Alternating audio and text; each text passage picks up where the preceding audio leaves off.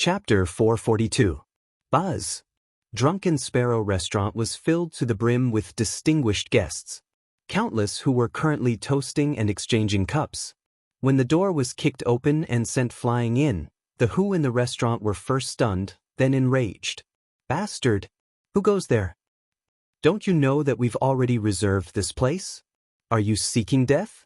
Get out of here, or else don't blame us for being impolite. Like a pride of enraged lions, the countless who cursed and cursed, their filthy words spewing forth.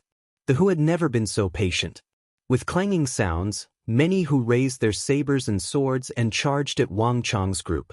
But in the next moment, all the footsteps came to a sudden halt, because they realized that there were even more people charging in than they were. Kill them all. With a wave of his right hand, Wang Chong strode in through the rain. His voice was cold and brimming with a somber tone. Rainwater poured through the chinks in his armor, seeping through his shoulders, arms, and chest, and then flowing out of his boots in small rivulets. At this moment, Wang Chong was callous to the extreme. No one had ever seen this sort of aura before. Young master? Up ahead, Wei Anfang and the others, who had already charged into the restaurant, turned their heads in shock. Killing so many people in the capital was no small matter. But Wang Chong's cold face was devoid of emotion. Move! With this order, the Qi clan's steel guards and Wang clan's guards surged forward like tigers charging into a pack of wolves. The Qi clan's steel guards and the Wang clan's guards had all come from the battlefield. A soldier's duty was to obey orders, and a military order was like a falling mountain. As long as there was an order, whether it was a mountain of blades or a sea of fire, they would advance without hesitation. In this aspect, they were completely different from the students of Deflecting Blade Manor, whose hands had never been stained with blood. Rumble! All the guards of the Zhuang clan, the guards of Deflecting Blade Manor, and the experts of the Wang clan had come prepared. Clad in armor and wielding sabers and axes, they charged into Drunken Sparrow Restaurant like a torrent of steel. Cold glints flickered in the air and then ruthlessly slashed into the crowd. Blood splattered and screams filled the air. In a single clash, 10 some who had been sent flying. Kill them. They actually dared to attack us. Countless who roared. At Wang Liang's gathering, there were quite a few guards at his side. Together with the sailors, this was an enormous number. Under normal circumstances, no one could bully them. At first, Wang Chong found it strange that Wang Liang had been injured. But when he saw the situation inside Drunken Sparrow Restaurant, Wang Chong knew. Drunken Sparrow Restaurant was one of the largest restaurants in the capital, and more than 100 who had gathered here. Moreover, these people were all strong and had weapons. There were no weaklings at all. The people at Wang Liang's side were not enough to deal with them. Alas, they had run into Wang Chong, who had come prepared. Kill them all. Don't leave a single one alive. Wang Chong's voice was callous and somber. Righteousness does not wield wealth. Benevolence does not command soldiers. This was his true self. In the 39th year of the Holy Emperor's reign, this should be the first time he entered the capital. At this time, he's already begun to recruit soldiers and buy horses. Wang Chong's gaze was like lightning as he scanned his surroundings, his mind extremely calm. The who in Drunken Sparrow Restaurant were dressed in all sorts of clothing. Wang Chong had even seen some of them at Big Golden Tooth's place. Wang Chong was well aware that these were not the who of the border, but the who merchants and guards of the capital. In the hinterland of the Tang dynasty, it was innately easy for who to interact with one another. And that person was even more skilled at making friends and winning over others. His ability to do so was unparalleled in the world. In that calamity that had swept down from Yuzhou in the northeast, even the Han had been won over, let alone the Hu. As expected, these people had all been won over by him. And in the future, these people would be the source of the world's chaos and disaster. Wang Liang had only inadvertently run into them gathering here to win over their hearts. No matter what, these people could not be allowed to remain. Everyone else, follow me. After leaving behind enough people to deal with the Hu martial artists on the first floor, Wang Chong's expression was cold as he led the rest of the crowd to the second floor. Wang Chong had traveled as fast as a shooting star when he arrived, but now that he was inside Drunken Sparrow restaurant, his steps became slower and his expression more and more calm. When a tiger pounced, its feet would become softer and its movements more and more silent. When a crocodile hunted, the water would become calmer and the surroundings more and more quiet. After half a lifetime as a soldier, Wang Chong had long ago developed the ability to remain calm at crucial moments.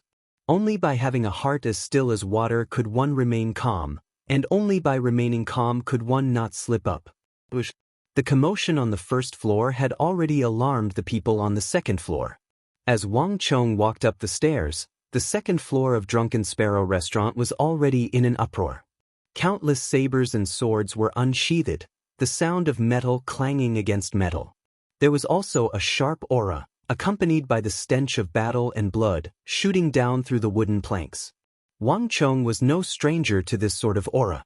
This was the aura of a soldier, and one that had been seasoned on the battlefield, elite soldiers who had seen blood. Just who are you people? As Wang Chong's group stepped onto the stairs of Drunken Sparrow restaurant's second floor, cold light flashed as countless figures began to surround them. Unlike the Who on the first floor, the Who on the second floor were all dressed in armor, all of them well-trained and extremely formidable. Behind these people was a middle-aged Who leader in his 30s, with a hawkish nose, deep eyes, and a well-built body. However, he exuded a rare scholarly aura. He was currently staring at Wang Chong, his face ashen. Unlike the Who on the first floor, this middle-aged Who spoke in the Han language, and each of his words was articulate. Let alone the Who, even Wang Chong had rarely heard of this among the Han. On the two sides of this middle-aged Who, the other two Who leaders were also looking at Wang Chong. Wang Chong's gaze did not linger on the others, but on the slightly plump and not very tall Who leader in the middle of the three. Warning! User has encountered a fated enemy ahead of time. This world will undergo a massive transformation. User will sense the hostility of the world's energy, and the activation of the world constraint will be brought forward. Remaining time, 6 months. The moment Wang Chong turned his head, the Stone of Destiny's voice rang out in his mind, brimming with danger and warnings. But he turned a deaf ear to them. At this moment, time seemed to stop. Wang Chong's eyes were bloodshot, and all his attention was focused on the slightly plump figure standing next to him. Kong Yaoyuan. Whether he was called Kong Yaoyuan or an Yaoyuan, or even if he had changed his surname, whether it was in this life, the last life, or the reincarnation of countless lives, Wang Chong would never forget this face in front of him. How many years had it been? After so many years, he had finally met this person again. This person whom he had wanted to grind to ashes countless times. The Kong Yaoyuan before him was not as fat as he had been in the future, and Wang Chong had never seen him so young. But even though his face was young, Wang Chong had recognized him at a glance. I finally found you. Wang Chong clenched his fists, his eyes turning even redder. Fate had countless turning points. If one used them well, one could completely change one's fate and that of the world. Vast Crane Pavilion was the turning point of the Wang clan's fate, so by infuriating Yao Feng, he had changed the fate of the entire Wang clan. The Consort Taijin incident was the turning point of the King of Song's fate.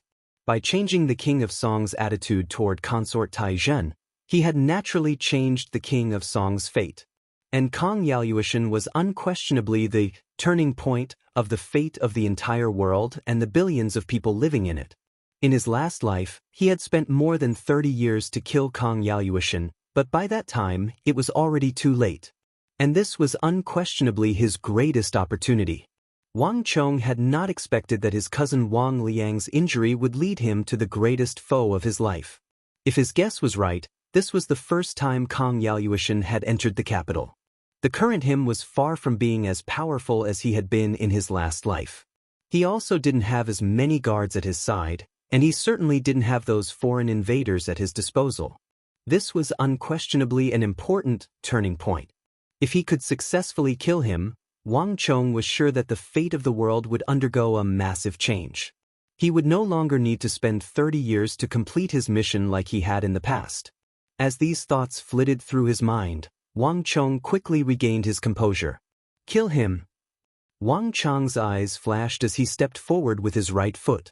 As everyone watched, he suddenly pointed a finger at the slightly plump, silent, and unremarkable figure next to the middle-aged Hu leader.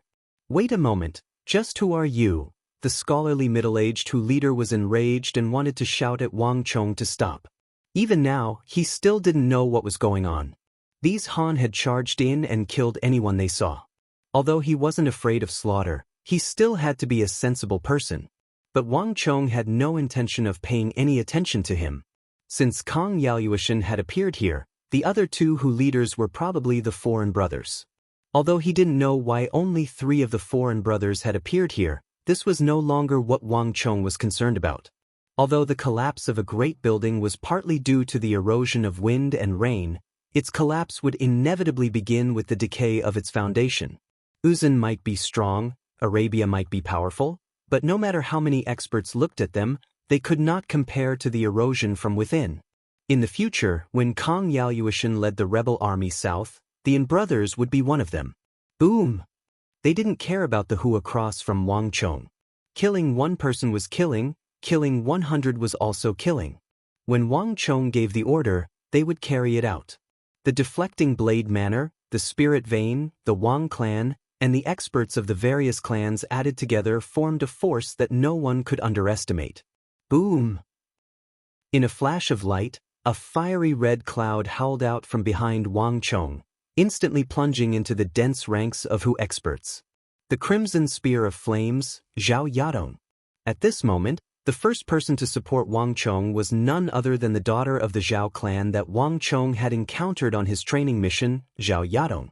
As a companion who had gone through thick and thin with Wang Chong, Zhao Yadong had never seen Wang Chong hate a person so much. Unlike others, Zhao Yadong did not have such complicated thoughts. Since Wang Chong wanted to kill a person, she would help him. There was no why or what to do afterwards.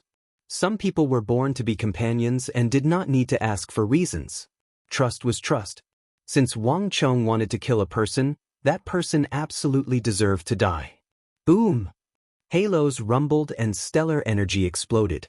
The second person to follow Zhao Yadong was not Bai Siling of the Bai clan, Su Gan of the Su clan, or Fang Shenying, but Huang Qianer of the Huang clan. This renowned fairy of dainty hands was drenched in sweat, but her eyes shone brightly, and her expression was as proud as ever. A man's promise was worth 1,000 taels of gold, and a woman's promise was no less than a man's. Since she had promised the Huang clan to serve and follow Wang Chong, she, Huang Qianer, would fulfill her promise to the end. Boom!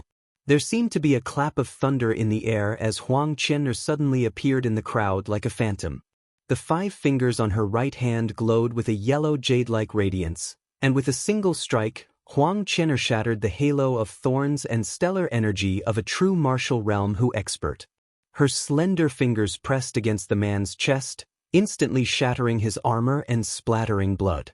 Although the Hu expert had done his best to resist, he was still sent flying like a kite with its string cut. Huang Qianer's strength was so great that she even sent 3 nearby Hu warriors flying. While they were still in the air, Huang Qianer's tyrannical strength had already shattered their internal organs. Before they could even land, they were already corpses. Attack! Kill them! And Wenjin was furious. Of the 3, he was the oldest and had the highest status, so he was the one who had hosted this gathering. He had not expected to encounter such a problem. Don't hold back. If anything happens, blame it on me. And Wenjin was also furious. So what if they were at the feet of the Son of Heaven? Since these people dared to attack him, then no matter where they came from, only death awaited them. Since he had already taught them a lesson today, there was no harm in killing them again. If anyone was blind and wanted to bully them just because they were barbarians, they would only be thinking themselves clever and courting death. He didn't care about the other Hu, but in the capital, there was nothing that the In brothers, generals, and 2 protector generals couldn't handle. Chapter 443. But Wenjin's viciousness didn't last for long. In the next moment he heard the twanging of arrows. Not even the storm outside could drown out the shrill whistling of the arrows. Xiu xiu xiu. Hundreds upon thousands of arrows, each imbued with immense strength, flew in from all directions like a swarm of locusts. Boom, boom, boom. With a series of loud noises, the sharp arrows pierced through the wall, creating holes that looked like honeycombs as they shot out from all directions. Ah! Screams of agony filled the air. All of the Who's attention was focused on Wang Chong and the others, so they didn't expect the fatal attack to come from behind. At such a close distance, it was impossible to stop the arrows from piercing through the walls. In just an instant, more than half of the Who were either killed or injured by the arrows. The archers that Wang Chong had brought with him were all master archers, and every single one of their bows was imbued with destructive stellar energy. When the arrows pierced through their chests, they even sent their bodies flying, nailing them to the ground. Even though some of the more powerful Who experts had stellar energy protecting them and managed to knock away 1 or 2 arrows, their stellar energy was still scattered by the dense barrage of arrows. They only managed to last for a few moments before the arrows pierced through their chests and heads. Blood gushed out like a river, seeping through the floor and flowing to the lower floors. The Who on the first floor were horrified. Damn it! Master archers! He actually brought master archers. Go! Hurry! And Wenjin's face paled. Including the Who experts that had been invited from the capital, there were more than 100 of them in this gathering, and they were all experts at true martial realm or above. There were even quite a few experts who were close to profound martial realm. The Who were known for their ferocious nature, and they were skilled fighters. And Wenjin had thought that the strength of the Who would allow them to do as they pleased in the capital. He didn't think that he would encounter this ferocious youth of unknown origins. And Wenjin knew that the strength of a master archer wasn't something that any ordinary person could deal with. And not even the great clans could deal with them. The youth before him definitely had an extraordinary background. More importantly, he had more people than he did. Haha, you think you can leave? Right after the first volley of arrows, a burst of laughter in Who came from outside Drunken Sparrow restaurant. This laughter was like thunder, mingling with the wind and rain. Although it was spoken in Who, its pronunciation was perfect. It was none other than the invincible great General Li Sai. Li Sai had set his sights on the western regions, so he had long ago learned the Who language. The conversation of the Who was no secret to his ears. Boom! An earth-shattering bang rang out, and before the sound faded away, an enchanting figure smashed through the wall of Drunken Sparrow restaurant, creating an enormous human-shaped hole as he barged in from the southeast direction. Behind this person was a massive wood steel sword that was even taller than a grown man. It was extremely striking. Bzz. The moment he appeared, Li Sai attacked. Rumble.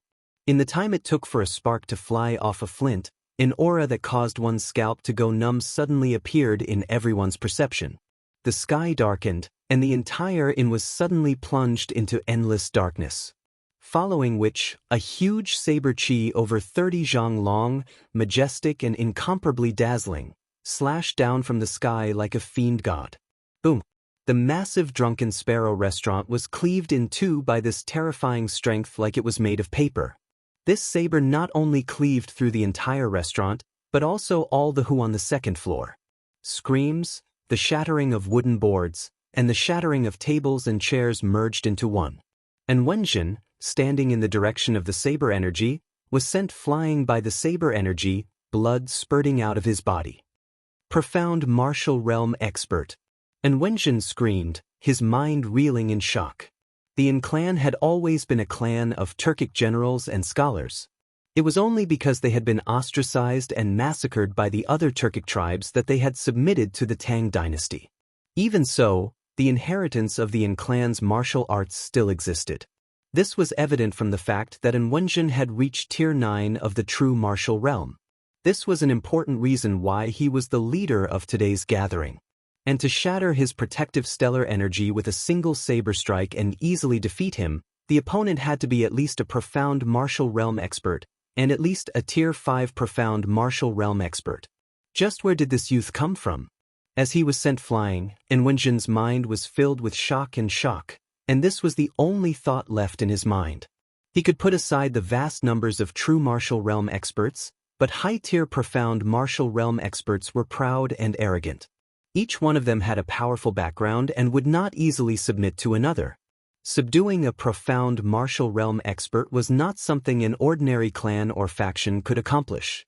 But Wenjin still had no idea how he had offended this person. All of this was like a nightmare, a disaster that had come out of nowhere. Boom.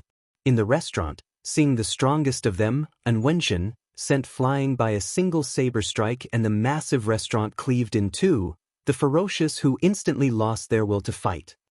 Run! In an instant, all the surviving Hu experts shot out of the cracked tavern, fleeing in all directions through the rain. The eagle, kill him! Wind and rain poured in and thunder boomed in his ears. Wang Chang's eyes were like lightning, and he paid no attention to the other Hu. His gaze was locked onto the chubby figure that was fleeing the furthest 10 some zhang away. Whether it was in his last life or this one, whether he had grown his wings or not, Kang Yaoyuan had always been slippery. He would act according to the situation, and if something went wrong, he would always be the one to flee the fastest and the furthest. Alas, Wang Chong had come for him this time. No matter how crafty he was, he would never be able to escape. Buzz! Several dozen zhang away, the chubby figure seemed to hear a voice, and his body suddenly froze. But then he picked up speed, charging toward a warhorse in the rain. At the same time, a figure like a giant eagle drew an arc in the air and descended from the night sky. It was the pursuing the eagle. But the eagle was fast, and there was a figure even faster than the eagle. Rumble! There was a flash of light, and the scene from before appeared once again. A majestic saber chi was vast and powerful, and it was incredibly dazzling. It suddenly tore through the void, and although it was launched later, it arrived first, slashing down towards the slightly plump figure in the distance. At the crucial moment, Li Sai had finally struck. In this operation, Wang Chang's greatest reliance was Li Sai. But Li Sai had never seen Yaoyuan before. He had originally believed that the strongest person in the room with the strongest aura was Wang Chang's target, but it now appeared that this was not the case. But even if he killed the wrong target, it would have no effect on a person like Li Sai. Not even the strongest of the Hu and Wenjin was a match for him, let alone the even weaker Yaoyuan. Boom! In the darkness, the saber energy tore through the air. Just when Wang Chong was about to relax, something completely unexpected occurred. Boom! The world suddenly lit up. Before everyone's eyes, a blazing bolt of lightning zigzagged and suddenly struck down from the dark clouds. It struck Li Sai's saber light without any deviation. This strike not only scattered Li Sai's saber energy, but the tyrannical lightning even followed the saber energy to strike the leaping invincible great general Li Sai. Li Sai yelled as he was sent flying along with his saber. How could this be? Wang Chang's pupils constricted, not daring to believe his eyes. Although it was a thunderstorm, this lightning bolt had been far too sudden. In truth, it wasn't just Wang Chong. Everyone else, including the Hu, was dumbfounded by this sight. Boom! A massive boom quickly roused the crowd from their stupor. Several dozen zhang away, in the middle of the torrential rain, a spear was thrust into the ground, the end of the spear buzzing and trembling. The eagle had attacked Li Sai with its tail between its jaws. But the eagle's attack still missed. In a flash, Yaoyuan used a strange footwork technique that no one had ever seen before. His body twisted in an M-shaped trajectory, barely dodging the eagle's determined strike. After successfully dodging twice, Yaoyuan once more charged out. But the eagle's interference caused Yaoyuan's speed to inevitably slow. A cold snort came from behind him. The moment Yaoyuan's speed slowed, Wang Chong leaped into the air and immediately attacked, using the leaping dragon art. Bzz. In the darkness, Wang Chong seemed to be flung into the air by some invisible force. After several flips, he soared several dozen zhang into the air. Luo Tong. Wang Chong's voice resounded through the night sky.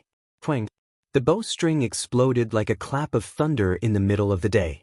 In an instant, several sharp arrows shot out like lightning bolts, piercing through the rain and the storm with the speed of a thunderbolt toward the distant Yaoyuan. Luo Tong's archery was otherworldly, and none of his arrows missed their mark. Wang Chong had already seen his prowess when he was surrounding the Goguryeo assassins.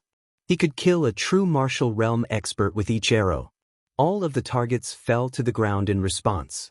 Within 200 meters, Luo Tong's arrows had never missed their mark, let alone at such a close distance. But something astonishing happened once more. And Yao Yuishen's ears twitched as if he had already expected this. Just as the bowstring vibrated, he suddenly rolled on the ground. Without even turning his head, he flipped a few times in the rain, sticking close to the ground. The 6 arrows all landed on the ground behind him, but Yao Yuishen, covered in mud, got up from the ground and began to leave. Although he seemed to be in a sorry state, he had once more successfully escaped. How is this possible? On the distant roof, Luo Tong held his bow with both hands, his entire body covered in armor. His sturdy bronze armor made him seem like a god of war in the rain. But Luo Tong, who had always seemed like a god of war, now had none of his usual composure. It wasn't that Luo Tong had never encountered a formidable opponent before. If one was strong enough, they were completely capable of scattering his arrows, but that was completely different from the person before him. There was only one kind of person who could escape his arrow attack in that manner with their back to him. A master archer. Chapter 444. Only a master archer had the best understanding of a master archer. Only a master archer could determine the direction, distance, and position of an incoming arrow through the twang of the bowstring. The best master archers didn't even need to hear the twang of the bowstring. Experts who had immersed themselves in the art of archery were extremely sensitive to being aimed at. As long as an arrow was aimed at them, they could immediately sense it, even if they were very far away. This was the so-called intuition of archery. It had been a long time since Luo Tong had encountered such a formidable archery master to be able to dodge his determined arrow in the pouring rain without even turning his head. Flap, flap. The torrential downpour blotted out the sun, striking the eaves, stone slabs, armor, and sabers like metal pellets. Wang Chong had no time to worry about Luo Tong at this time. Although Luo Tong's missed attack was rather surprising, Wang Chong was not very surprised.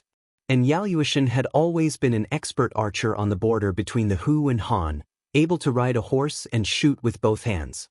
Even the master archers of the Turks and who admired his talent in archery, let alone others. But no matter how accomplished he was in archery, he had to die today. Boom! A bolt of lightning flashed through the sky, illuminating the world and also illuminating Wang Chong, who had climbed to the highest point in the sky. A white wave of rain was flung out by Wang Chong's sword. A moment later, fierce winds began to blow and spiritual energy surged in from all around, forming a massive spiritual vortex at Wang Chong's side. On the other hand, Wang Chong was one with his sword. Wrapped in the boundless spiritual energy, he descended from the sky like a bolt of lightning, head down and feet up. The leaping dragon art was slow in rising into the sky, but it was fast in descending. As it descended, it was like a bolt of lightning, its speed peerless. Boom! In the rain, a blurry black line descended from the sky. In the blink of an eye, it had caught up to the distant Yao Yuishen. Ang! Nothing could be seen in the gloom, but countless dragons were roaring in the void, and even the dense sound of the torrential rain could not drown them out. Wang Chong, who was at Tier 3 of the true martial realm, directly possessed the strength of the peak of Tier 5 of the true martial realm with the help of the leaping dragon technique, and the indestructible Wuzi steel sword and the aura piercer he had exchanged allowed Wang Chong to directly possess the strength to threaten experts at Tier 6, or even Tier 7 of the true martial realm. As for Yao Yuishen, he had been using a technique to dodge the attacks of Eagle and Luo Tong, and he was also fleeing as quickly as he could. At this point, he couldn't help but have a small gap in his energy. And Yao Yuishen, stay behind. Wang Chong held the Wuzi steel sword tightly. His head was facing downwards and his feet were facing upwards. His body and sword had become one, and he let out a deafening roar in his heart. The current Yao Yuishen was still far from being as formidable as he had been in the future. The moment Wang Chong had entered Drunken Sparrow restaurant, he had sensed that Yao Yuishen's cultivation could not surpass true martial Tier 7. He was already within the range of his techniques. Wang Chong didn't even need to kill him. All he needed to do was hold him down and slow him down. Then, the experts from Deflecting Blade Manor, the Spirit Vein Mountain, and the great clans would be able to surround him. No matter how capable Yaoyuan was, he would find it hard to escape even if he grew wings. Boom! In the next moment, something completely unexpected occurred. Just as Wang Chong was about 3 feet away from Yaoyuan's back, a strange phenomenon occurred. The air surged and a majestic energy imbued with the might of the world suddenly swept out from the depths of space-time to stand between Wang Chong and Yaoyuan. Boom! As if he had crashed into an invisible wall of energy, Wang Chong's thunderous attack was blocked by this invisible wall of energy. And the raging energy of the world in the wall of energy had sent Wang Chong flying, accompanied by a storm of wind and rain. Bang! The moment he was sent flying, Wang Chong's heart was filled with shock. How is this possible? Wang Chong's mind was in complete disarray. At that moment, he had clearly seen Yaoyuan turn his head to glance at him. His expression was just as shocked and confused as his own. Peng, his body rolled a few times on the ground, his armor hitting against the ground continuously. Wang Chong stood up from the ground, his entire body like a wooden chicken, still reeling from that massive shock. The moment he was sent flying, Wang Chong could clearly sense that a vast energy had suddenly erupted from the depths of space-time to stop him. This energy was vast and majestic, like the world itself. It had already far surpassed the limits of the true martial realm. It was not something that someone of Yaoyuan's level could erupt with. It felt like an invisible and powerful existence had suddenly taken action to stop him. Damn it! As a bolt of lightning flashed through his mind, Wang Chong suddenly recalled that before he attacked, he had heard a string of voices in his mind. Because of users' actions, the fated enemy will receive the protection of the world's energy. The chances of the fated enemy surviving have been increased, while the chances of user failing have been increased. In the future, every time user meets the target will receive an increase in the world's blessing. Could it be that I have no way of killing Yaoyuan? Countless thoughts flashed through Wang Chong's mind. As someone who had come back from the dead, Wang Chong's path was completely incompatible with this world. It simply could not be allowed to exist in this normal world. From the moment he had reincarnated, Wang Chong had already sensed the restraining and repulsive force of this world. But Wang Chong had never imagined that this repulsive force would be so powerful. It could not only repel him, but also increase the strength of important targets to stop him. Changing fate was no easy task. In the fate of this world, Yaoyuan undoubtedly occupied an extremely important position. It could even be said that no one was more important than him. If one could successfully kill him, erase him before he had made a name for himself and succeeded in his rebellion, then the fate and history of this world would undoubtedly change. If Yaoyuan died now, no one would rise up in Yuzhou, and the Tang dynasty would not collapse from within. Without Yaoyuan, no one would summon the invading armies from the other side, and the Central Plains would not have fallen and been destroyed. These would have been 2 completely different worlds. It wasn't as if Wang Chong had never changed history or fate. The fate of the King of Song and the fate of his clan had all been changed. But none of those changes could compare to what was happening now. This was no longer just a change for one prince or one clan. It involved all the living beings of the world, the millions upon millions of people, and the survival of countless empires. This change was so massive that for the first time, Wang Chong felt the energy of the world directly interfering with him. But not just interfering, the energy of the world was even directly increasing Yaoyuan's strength. This was the so-called blessing. Is it too early? Is it because Yaoyuan still hasn't completed his mission that this phenomenon is occurring? Wang Chong's mind suddenly became clear. As a person who had died once, as a soul that had reincarnated in this world and never existed, this was something that only Wang Chong could encounter.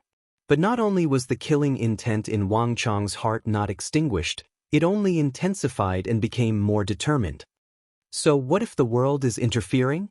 Even if the entire world is protecting you, I still want you dead. Wang Chong clenched his fists and clenched his teeth. He raised his head once more, and in the darkness, Wang Chong's eyes once more exploded with a frightening cold light. Not good. He's going to escape. Hurry and stop him. But he still has other preparations. It's the divine Fergana horse. The heavy rain poured down, drenching everyone. The area around Drunken Sparrow restaurant was in chaos. A bolt of lightning flashed through the clouds, and at that moment, everyone could clearly see that beneath the lightning, a tall, muscular and blood-soaked divine steed had heard the whistle and was charging toward the restaurant. And Yaoyuishan only needed a flip to mount the divine Fergana horse and gallop into the darkness, soon vanishing. Everyone follow me. Almost at the same time Yaoyuishan rode off on his Fergana steed, he heard the clattering of hooves on the stone floor as he gave chase. Riding on the white-hoofed shadow, Wang Chong chased through the dense rain, not letting up.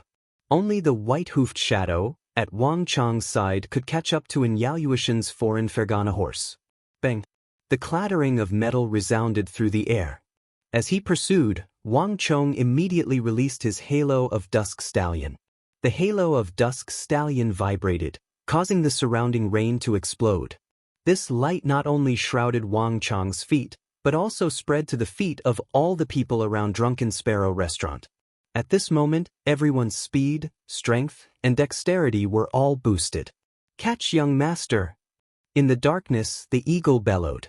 He was the first to mount a large horse and gallop away. Next, Li Sai, Zhao Jingdian, Wei Anfeng, Marchioness Yi, and the others gave chase. No one knew why Wang Chong was so relentless in his pursuit of that who. But at this moment, there was no question that Wang Chong's will was the will of all of them. No matter what he wanted to do, all of them would unconditionally obey. Rumble! The earth quaked, and for the first time, the clattering of hooves drowned out the rumbling of the rain and thunder. In a flash of lightning, countless cavalry transformed into a flood of steel in pursuit. The rain was getting heavier and denser. Wave after wave of lightning seemed intent on cleaving apart the world. It was not yet nightfall, but the dense black clouds in the sky had already dyed the world into darkness. An uneasy aura was spreading through the world. In the past, the dogs would not stop barking at the slightest movement. At this time, they also felt something and let out uneasy whines, but they did not bark. Boom! Another bolt of lightning flashed through the sky, its dazzling light like a river hanging upside down in the sky. This dazzling river illuminated the rumbling earth, the trembling roof tiles, and the stone streets, the galloping Fergana horse, and the seemingly plump but actually muscular who on its back. This was a who of around 28 or 29. He had hawk-like eyes, a high nose, a square face, and a full beard. This sort of appearance was far too common among the frontier who. Chapter 445. Just what's going on here? The torrential rain pelted down on his face like lead pellets. As Yaoyuishan galloped through the rain, his horse left a long trail of white water behind him. The galloping of hooves behind him continued without end, each sound hammering against Yaoyuishan's heart. It had been a long time since Yaoyuishan had experienced the feeling of being pursued. This group of people was menacing and vicious to the extreme. And Yaoyuishan was well aware that if they caught up to him or delayed him in the slightest, only death would await him. This intense sense of danger made Yaoyuishan's scalp go numb and his entire body feel like it was about to explode. The divine Fergana horse he had obtained from Yuzhou was already moving at its fastest speed, but Yaoyuishan didn't feel the slightest bit of distance between them. There was no doubt that this opponent's steed was of the same level as his. This made Yaoyuishan feel even more uneasy. But all this danger and unease could not compare to a single thought in Yaoyuishan's mind. Just why was this happening? There were so many people in Drunken Sparrow restaurant, so why was that Han youth from the capital only targeting him? He was also the least famous of the foreign brothers, so why was everyone else ignoring him and only chasing him? More importantly, Yaoyuishan couldn't understand. From Yuzhou to here, he had always been low-key, obedient, and lived with his tail between his legs. He had never done anything that was out of line. Why was that youth ignoring everyone else and only bringing so many people to chase him? And Yaoyuishin knew that he had never met this youth, so he naturally didn't have any grudges with him. But those hateful, bloodshot eyes wouldn't lie. For a moment, and Yaoyuishin had to admit that he had been frightened. This was no longer some ordinary loathing or hatred. It was a blood feud. Thus, the moment his sworn brother and Wenjin had been cut down, and Yaoyuishin had immediately fled. He had a very bad feeling. If he had been just a little slower, he would have never been able to escape. Just who is that youth? Just when did I have a grudge with him? Yuzhou? Impossible. The youths of the capital are all soft and tender. They would never go to such a remote place. Besides, given their status, who would dare to deal with them? Could it be the capital? Impossible. This is the first time I've entered the capital. If I've seen him before, there's no way I wouldn't know, and I wouldn't be hunted down for no reason. And Yaoyuishin leaned against the back of his horse, his breathing ragged, countless thoughts flashing through his mind. Perhaps it was because he had escaped too many times and was chased by that person too many times. After a long period of apprehension, and Yaoyuishin realized that he was now extremely skilled at escaping from all sorts of dire situations. Behind him, the galloping of hooves stirred up a waterfall of rain and splashing water. The soul-stirring clanging caused Yaoyuishin's brows to wildly rise and his heart to tremble. And Yaoyuishin could completely imagine the cold face of that youth behind him, his cold and blood-red eyes, even the sound of his breathing. He was already very close to her. But Yaoyuishin didn't even dare to turn his head. An unreasonable pursuit, a ruthless and thunderous method, and that pair of blood-red eyes filled with hatred. And Yaoyuishin had never imagined that there was another person besides that person who could make him so panicked. More importantly, Yaoyuishin still had no idea where all this had come from. Could it be because of that person? And Yaoyuishin suddenly recalled the group of Han that he had driven out of Drunken Sparrow restaurant. That group of people had come from all sorts of backgrounds, but a significant portion of them had been sailors. When they had attacked, that group of people had shouted that the young man leading them was from the capital's Wang clan. At the time, Wenjin had easily interrupted them. And Wenjin had only said one thing. The Wang clan was a top-class clan of the capital. If they were having a gathering, how could they not reserve the entire place and even have a banquet with these people? It had to be fake. And then he had beaten those people until their bones were broken. At the time, those people had been extremely agitated, saying that they would definitely regret it. After thinking it over, Yaoyuishin could only think of this matter. But even so, this matter had nothing to do with him. The one who had done it was Wenjin, and he had nothing to do with it. Even if that youth wanted to find someone, he should have found Wenjin and the others, not him. I'll first go to the relay station in the western part of the city. That's the safest place right now. All these thoughts flashed through his mind. And Yaoyuishin suddenly squeezed his horse's abdomen and galloped away. In the darkness, torrential rain poured down and lightning flashed, illuminating two groups of people. Wang Chong lay on his horse, his lips tightly clenched, his body motionless. Behind him, though there was the thundering of hooves, there was also no sound. The silence at this moment was far more soul-stirring than if there was any sound. No matter where you run, you won't be able to escape the capital. Wang Chong stared ahead. The capital was a cage. He had come from the city gate, and the city gate was right behind him. No matter where Yaoyuishin ran, as long as he didn't run out of the city gate, he would never be able to escape. No, even if Yaoyuishin ran out of the city gate, he still wouldn't be able to escape. In his last life, he had spent 35 years in the Central Plains, but he had still not been able to save it from its fate of destruction. In this life of the Central Plains, Wang Chong had already made the preparations to spend an enormous amount of time and effort. But Wang Chong had never imagined that the heavens would send him such a good opportunity through the hands of fate. And Yaoyuishin had actually come alone from the distant Yuzhou to the capital, right in front of him. Never before had Wang Chong felt that he was so close to success, so close to completing his mission. It was no longer right in front of his eyes, but within his reach. As long as he succeeded in killing Yaoyuishin, fate would undergo an inconceivable reversal. Of the countless possibilities of fate, this was undoubtedly the easiest and also the one that required the least price. The current Evaluation was too weak, completely unable to compare to that ambitious and ruthless character of his future life, the supreme villain. Wang Chong was well aware that if he missed this chance, he would definitely regret it, because at that time he would never be able to so easily gain the upper hand. Rumble! Wang Chong couldn't see what was behind him, but he could sense that more and more people were joining in. The Wang clan's enormous influence in the capital was being displayed. Wang Chong was well aware that these people were not from Deflecting Blade Manor or the Spirit Vein Mountain, nor were they even from the Wang clan. As an illustrious clan of ministers and generals that could stand on equal footing with the Yao clan, an existence that even King Qi had to pay attention to, with the help of Wang Chong, the Qilin son of the Wang clan, the Wang clan was displaying its enormous influence. The Wang clan was like an enormous beast hiding beneath the surface of the water, possessing boundless power. It was just that the Wang clan's modesty, and low-profile style limited this power. This restriction did not come from Wang Yan or Wang Chong, nor did it come from Wang Chong's big uncle. Rather, it came from Wang Chong's grandfather, Duke Jiao Wang Jioling, who was revered by the entire world. Duke Jiao was incorruptible, thrifty, and disciplined, and he demanded the same of his children.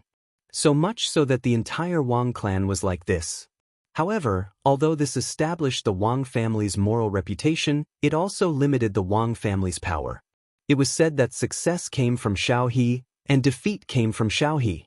Wang Chong's grandfather had once been a prime minister, and he had worked hard to reverse the tides of the imperial court and pacify the chaos. He had also fought against the Turks and the Khitans, and together with his majesty and his ministers, they had created the golden age of the Tang dynasty. This was the source of the Wang clan's strength. But at the same time, Wang Chong's grandfather's cultivation of character also limited the Wang clan's strength. But not even Wang Chong's grandfather could have imagined that a variable like Wang Chong would eventually appear in the Wang clan. His appearance had completely broken the rules set down by the Wang clan. Most importantly, the excellence he had displayed had won the approval of the Wang clan's old master. Cree. In the middle of the chase, a shrill cry came from up ahead. In the gloomy sky and the torrential rain, Evaluation suddenly galloped his horse around the corner of an alley and behind a wall, vanishing. At this sight, Wang Chong's pupils constricted and his horse suddenly slowed down. But without much hesitation, Wang Chong and his horse did not walk through the gate, but charged straight at the high wall. Boom! Countless bricks mixed with the rain shot out for 50 zhang. As the high wall collapsed, Wang Chong rode the white-hoofed shadow out from behind it. Buzz! In a flash, Wang Chong stopped.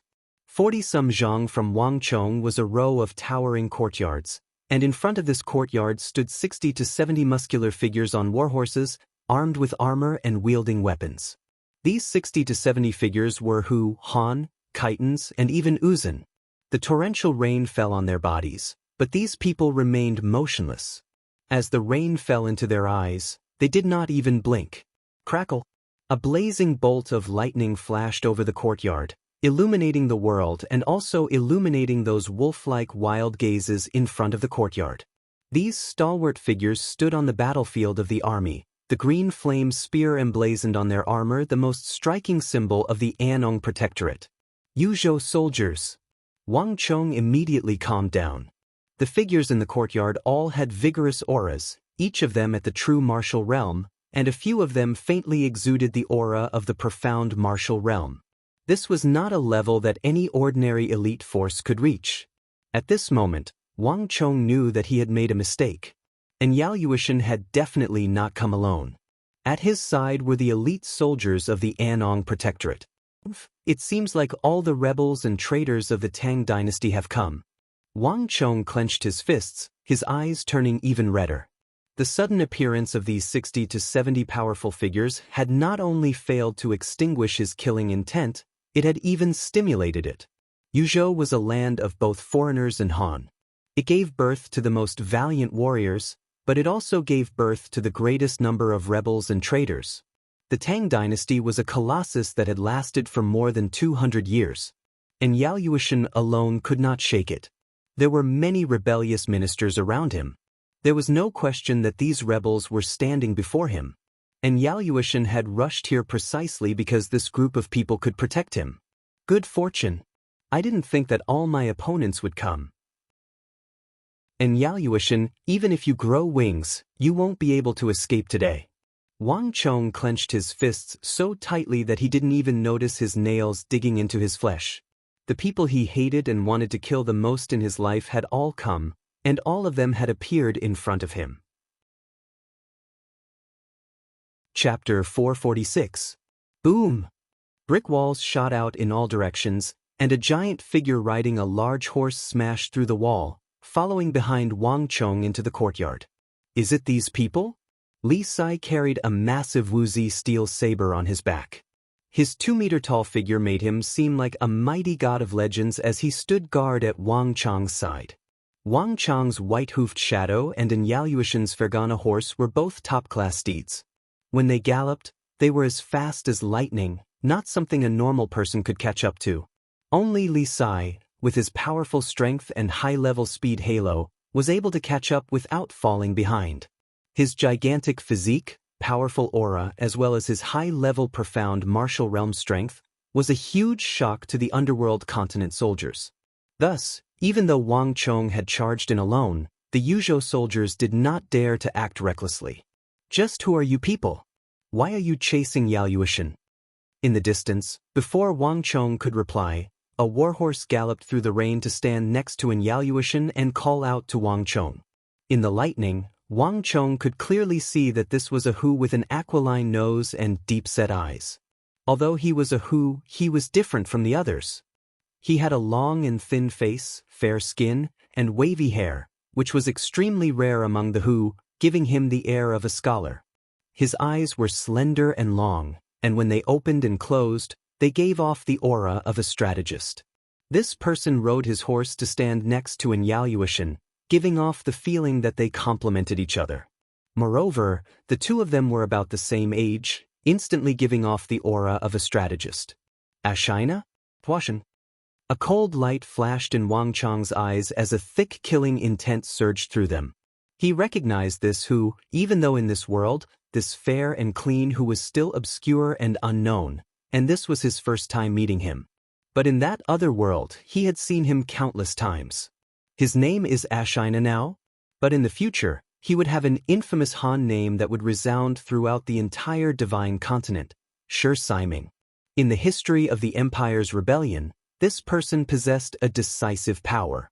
If Yaoyuan was said to be the greatest rebel flag for the destruction of the Empire on the surface, then the latter was the greatest rebel flag behind the scenes. It was just like how Zhao Jingdian had followed and assisted him for several decades, fighting north and south, becoming his left and right arms. To Yaoyuan, Ashina? Zhao Gan was the Zhao Jingdian at his side, his left and right arms. These two people were the two biggest banners of the rebellion in the 3 northwestern towns. Encountering Yaoyuan at Drunken Sparrow restaurant was one thing, but Wang Chong hadn't expected that even Ashina? Dry is also here. The two biggest enemies in his previous life were both standing in front of him. Get lost. Wang Chong said coldly, the current you is not qualified to speak in front of me. You, Ashina? Dry was enraged and wanted to curse, but when he saw Li Sai standing next to Wang Chong, he restrained himself, but his eyes only grew colder. Wang Chong, the Imperial Army might arrive at any moment. Be careful not to let them escape. Li Sai suddenly whispered into Wang Chong's ear. In Drunken Sparrow restaurant, that Hu had already escaped once. In the current situation, if the situation went awry, he might escape again. Moreover, an attack on the capital was no small matter. Although this sudden downpour had been a great help to Wang Chong, the Imperial Army was not dead. Once the Imperial Army arrived, the operation would be over. You don't need to worry about the Imperial Army. Wang Chong's voice was abnormally calm. In order to kill Yaoyuan, he had gone against the rules of the Wang clan and mobilized all the strength he could muster. For such a large operation, He could not leave behind any future problems. He had already sent word to the Imperial Army. With the connections that Wu Zisteel had established in the Imperial Army and his big uncle's influence, although Wang Chong could not control the Imperial Army, in this sort of downpour, it was completely possible for him to move the Imperial Army to other parts of the capital for 2 hours. As for escaping, relax. They won't escape.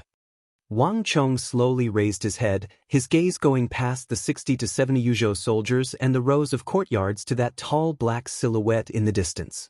Under the gloomy sky, the high walls of the Tang dynasty's capital were like a majestic mountain, connecting the heavens and the earth. This fortress that protected the capital also blocked the retreat of Yaluoshan's group. Other than this place, they had nowhere else to retreat to. The thundering of hooves rang out in their ears. Boom boom boom. As they spoke, the walls began to crack and figure after figure rushed out. Although they were a little slow, Wang Chong's subordinates had still managed to catch up. Young master! With a clear eagle's cry, the eagle was the first to arrive from behind Li Sai. He rode his horse to Wang Chong's left and right, flanking Li Sai and protecting Wang Chong. Following him were 10 some muscular men dressed in black and brimming with the aura of bandits. These were the elite leaders of the dragon bandits that Li Sai had subdued in the northwest's Qixi Desert. As the elite leaders of the gang, they were stronger and had a far higher status than the average dragon bandits member. Thus, their horses were much better and faster. "Milord!" The dozen or so black-clothed men broke through the courtyard wall. Without saying a word, they immediately surrounded Li Sai. Black Dragon Zhao and his dragon bandits traversed the Silk Road. The leaders under their command were all top-class elites of the Northwest, each of them an expert at Tier 8 or 9 of the true martial realm. With these people surrounding Wang Chong, Wang Chong's strength soared. And Yaluoshan and the other Yuzhou soldiers instantly had rather unsightly expressions.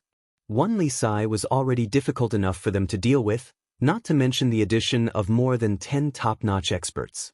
"Yaluoshan, I'm afraid that today's matter won't end well. This brat is determined to deal with us. No gentleman can be petty, and no man can be ruthless. No matter where he came from, I'll make the first move. Otherwise, if we delay any longer, we won't have another chance." Next to him, Ashina Kue was stunned. Cui Gan's face suddenly darkened and he whispered in the Hu language. The enemy's movements were too fast. They had only hesitated for a moment because of that Xian realm expert, and in that short moment, a large number of reinforcements arrived. If they delayed any longer, all of them would die here. But if we do this, we'll also suffer grievous casualties. And Yaluoshan hesitantly said, the youth on the other side was no kind person, and that 2-meter-tall man was even more terrifying. If he could easily deal with him, he wouldn't have waited for Ashina to come. Casualties are already unavoidable. If we hesitate any longer, we'll all die here. Moreover, we don't need to kill them all. Ashina? Cui Gan glanced at Wang Chong and viciously said, "To shoot a man, first shoot the horse. To capture the bandits, first capture the bandit king. That brat might know many experts, but he himself isn't very strong. As long as we capture that brat, the others will be like a group of dragons without a leader." But Ashina? Before Cui Gan, or Shi Siming, could finish speaking, he heard the rumbling of hooves. This sound seemed to shatter the world and topple mountains. At the same time, a clear and melodious cry came from the sky. High above the clouds, a massive black eagle was unfurling its wings and fighting in the storm. As it screeched, it circled over the courtyard.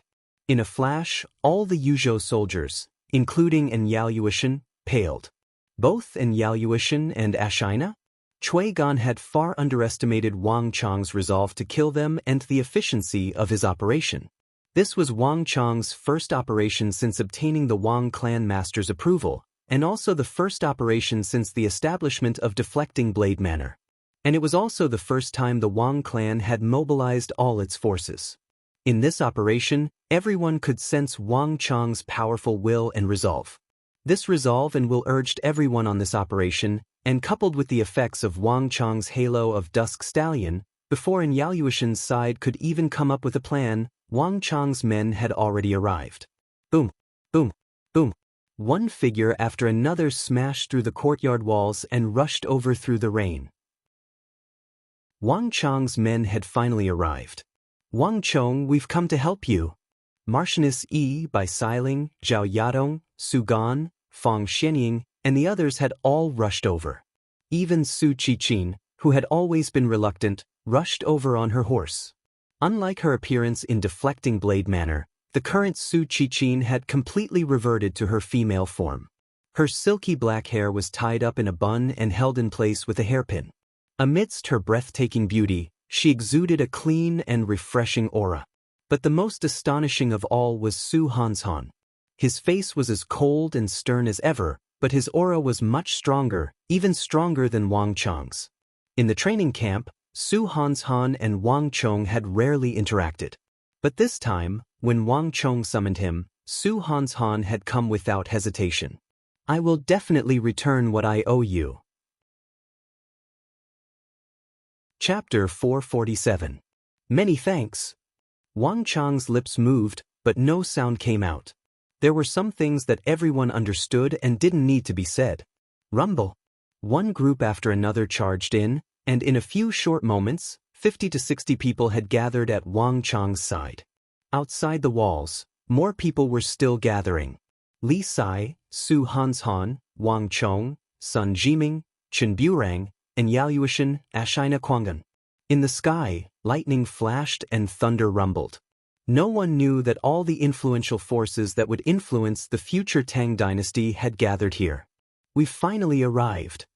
As more people arrived in the pouring rain, Wang Chong's killing intent multiplied. He had been waiting for this moment precisely because he had not attacked. Now, the time was ripe. "Attack! Kill them all!" With a clang, Wang Chong unsheathed his woozy steel sword and gave the order to attack in the storm. Boom! A massive bolt of lightning flashed over the sky. After a long stalemate, the two groups finally moved. Boom! In a flash of cold light, a powerful saber energy surged into the sky like a waterfall, tearing through the sky and the firmament. The moment Wang Chong gave the order to attack, the invincible great general Li Sai took the initiative to attack. His body shot up like an arrow. Li Sai shot into the air, massive halos vibrating under his feet. In Li Sai's hand, a strange saber taller than a man suddenly swung in a circle, transforming into a heaven-shaking saber that fiercely slashed at Yao Yuishan and the Yuzhou soldiers behind him. In the Northwest campaign, Li Sai had single-handedly routed the entire dragon bandits and killed their leader, Black Dragon Zhao. Now that he attacked again, he immediately displayed a vast and mighty strength that could block 1,000. Bang bang bang. The moment Li Sai leapt into the air, two muscular figures shot out from behind Yao Yuishan like eagles. These two men had thick eyebrows, big eyes, and rough mannerisms. Impressively, they were both brawny men about the same age as Li Sai. Their bodies also contained boundless power. Although it was not comparable to Li Sai's, it was definitely not too far off. Boom! An earth-shattering sound came from the sky. Powerful qi shot out in all directions. The strong wind blew the rainwater in all directions. Even the roof tiles in the distance were lifted up. However, when the mist in the air dissipated, everyone was shocked to find that Li Sai's attack was actually blocked by two people working together. Everyone who saw this scene was stunned. How is this possible? Who are these two people? That even Wang Chong had a look of shock in his eyes. Li Sai was a high-level profound martial expert. Everyone could see just how strong he was. If he weren't so ridiculously strong, deflecting blade manner wouldn't have allowed him to run amok for so long. And it would have been even more impossible for him to ride alone and take back Wang Chong's Hyderabad ore. But the two figures behind Yao Yuishan were actually able to stop him. Cui Qianyu. Tian Chenjin. Upon seeing who these two people were, Wang Chong's eyes instantly turned gloomy. He recognized the two men. One was Ashina? Shu Gan was already shocking enough. Wang Chong had never imagined that these two would also appear at Yao Yuishan's side. I didn't think that this person would even subdue these two. Wang Chong clenched his fists, his eyes flickering with uncertainty. When he had heard the Stone of Destiny's warning and saw that Li Sai's attack had been blocked by a bolt of lightning and his own attack had been blocked by the invisible energy of the world, Wang Chong knew that killing Enyaluoshan would not be easy. But Wang Chong had not expected that even Cui Qianyu and Tian Qianjun would appear here. In the history of the empire, these two definitely had a special place. Even though they were in the rebel army, Enyaluoshan was only at the true martial realm. Logically speaking, he should still be a nameless nobody, but Cui Qianyu and Tian Qianjun had long since become famous in the Anong Protectorate.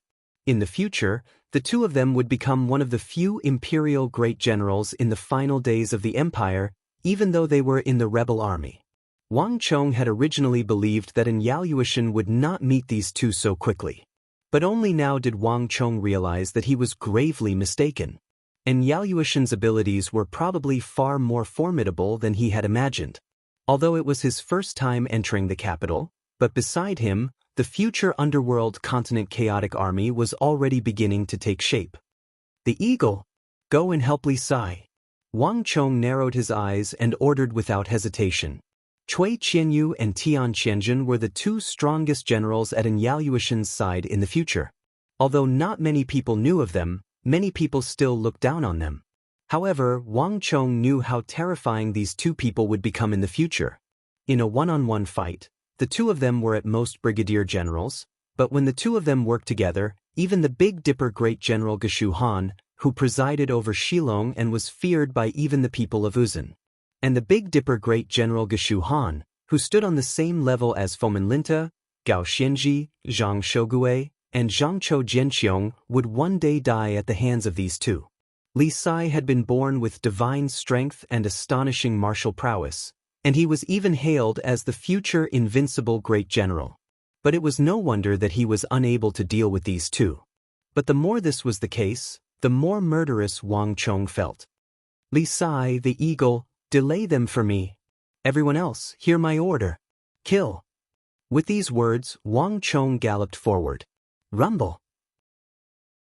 At almost the same time, the others also galloped forward. Assume formation.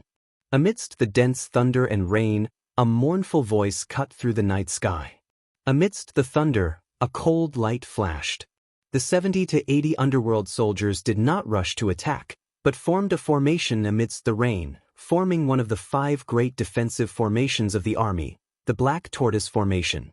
In the blink of an eye, the entire Yuzhou army had retracted, forming a black tortoise defensive formation covered in scales and a turtle shell. This sight took everyone by surprise. Wang Chong's eyes flashed like lightning, and he immediately spotted a 28-year-old officer giving orders from the Yuzhou army. This officer had a mustache, a dignified face, and a sharp gaze. In his hands, the 70 Yuzhou soldiers gave off the feeling of the elite of the army. They seemed even more powerful than the Uzan cavalry. Tianqingxi. As Wang Chong swept his gaze over the man's face, his complexion turned even more unsightly. The appearance of Cui Qianyu and Tian Qianjun, two future Yuzhou great generals, was already shocking enough. Wang Chong had not expected to see Tianqingxi here. As a Lulong colonel, he manages his army rigorously. These words were enough to show how extraordinary Tianqingxi was. In Tianqingxi's hands, 300 men could display the might of 3,000. 3,000 could display the might of 30,000. In the Yuzhou army, Tianqingxi was truly the #1 commander. Although he led troops in battle, his strategy was inferior to that of Cui Qianyu and Tian Qianjun. But his ability to command troops far surpassed the two. Under Tianqingxi's command, the strength of a single soldier far surpassed that of Cui Qianyu and Tian Qianjun. Cui Qianyu and Tian Qianjun were already hard enough to deal with, and now, Tianqingxi had appeared as well. Zhao Jingdian. Wang Chong's expression chilled as he immediately bellowed. Boom! In a flash, Wang Chong and the others did not slow down, but the warhorses began to change. The warhorses quickly gathered together, with Zhao Jingdian in the center and Chen Burang, Chen Jiming, and the other students on the spirit vein on the flanks. They swiftly formed the arrow formation, the best defensive formation on the battlefield. Every student of Deflecting Blade Manor had to pass a test on the art of war before entering. And only by passing an intermediate and high-level test could one enter the spirit vein to cultivate. These students had a more unique understanding of the art of war and placed more importance on it. Thus, Wang Chong had Zhao Jingyan organize these students to practice the most basic of formations. Although there weren't many of them, it was enough to threaten the Xuanwu formation of the Yuzhou soldiers. Boom! Under Tian Qingxi's uneasy gaze, Wang Chang's arrow formation crashed into the Xuanwu formation. In that instant, the heavens shook and the earth trembled. The entire courtyard shook violently. Kaio! Kaio! A few moments later, the countless experts of Deflecting Blade Manor, the Spirit Vein, and the various clans behind Wang Chong crashed into the Yuzhou soldiers in front of the courtyard. The sounds of fighting, the clashing of weapons, the shaking of halos, and the whistling of the air mixed into one. Body against body, sword against sword, cold light intersected in the rainy night. The battle between the two sides reached its climax in an instant. Kill them all. Wang Chang's eyes glowed with a bloody light. With the Wuzi steel sword in his right hand and the little Yinyang sword in his left, he thrust it into the body of a Yuzhou soldier. As two Yuzhou soldiers clutched their throats and slowly fell to the ground, a fresh stream of stellar energy poured into Wang Chang's body. After more than a year of repression, Wang Chong had finally released his killing intent. At that moment, the space around Wang Chong twisted, his killing intent tangible, making him seem like a vicious beast. Kill them. Kill them all. Kill them all. After going around in a circle, fate had once more delivered these enemies of the past to him. Whether it was in Yaluishan or Ashina, or Tian Qianzhen, Cui Qianyu, Tian Qingxi. Chapter 448. Single-Step Consecutive Slaughter. Without the slightest hesitation, Wang Chong activated the Stellar Energy Iron Cloak and then used the single-step consecutive slaughter.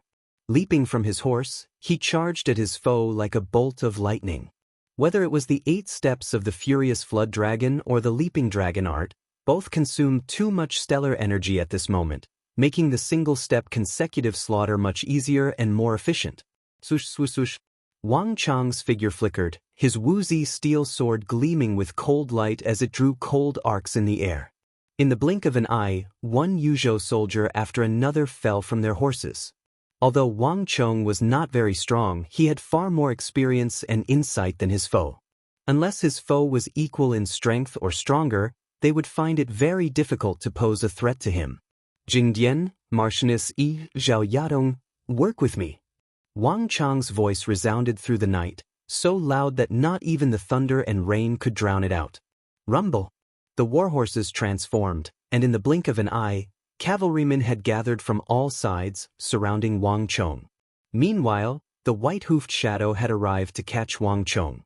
Even Tian Qingxi, who was in the opposing group, had a slight change in expression at this level of military formation. But before he could do anything, Wang Chong and the others were already charging at an Yaluishan.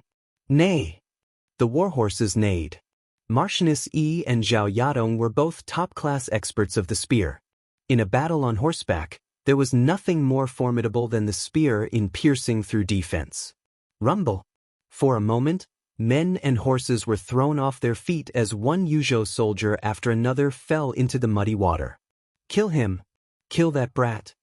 A flustered and exasperated voice rang out from the crowd. Ashina? Shu Gan unsheathed the sword at his waist and pointed it at Wang Chong. To shoot a man, first shoot the horse. To capture the bandits, first capture the king.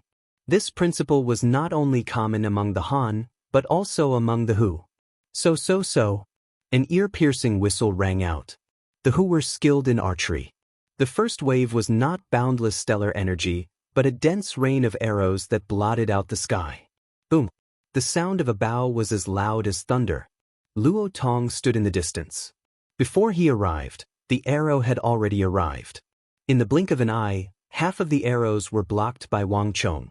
As for the rest of the arrows, they were either blocked by Wang Chong's Gangqi iron cloak or Wang Chong's armor. Deep Sea Mystic Iron Heavy Armor. Ashina? Shu Gan, who was standing at the back of the crowd, narrowed his eyes. He recognized the armor on Wang Chong at a glance. The deep-sea mystic iron heavy armor was definitely an Empire-level strategic resource in the military. It was a sharp weapon to deal with sharpshooter phalanxes. With this thing, sharpshooters were basically no threat to Wang Chong. To dare attack the Anong Protectorate? How audacious! Follow me, let's kill that brat. Ashina? Shu Gan's face was ashen, his heart hardening. In the northeast of Yuzhou, it was enough for one person to oppress them. Once they were out of Yuzhou, he swore that no one would ever be able to ride over his head again. Ashina? Shu Gan's shout was immediately answered by 10-some people. These people were all elites of Yuzhou, each of them an expert at Tier 4 or 5 of the true martial realm. In this aspect, Wang Chong liked to carry out the decapitation strategy. It was exactly the same as Shu Gan and Yaoyuan. In the Anong Protectorate, the two of them had already perfected this method. It was precisely by relying on this method that the two of them had managed to achieve their current achievements. Rumble. Warhorses galloped, right in Ashina? Shu Gan raised his sword and charged forward. But before he could get very far, the earth suddenly quaked. To his left, the wall collapsed and a large number of cavalry charged in. "Young Master Wang, we've come to help you." A familiar voice came from his ear. In a flash, Wang Chong turned in the direction of the voice and immediately saw an azure figure, tall and thin, leading a group of experts as they charged into the ranks of the Yuzhou soldiers. It was Zhang Jian of the Zhang clan, leading several elders and experts of the Zhang clan to provide reinforcements.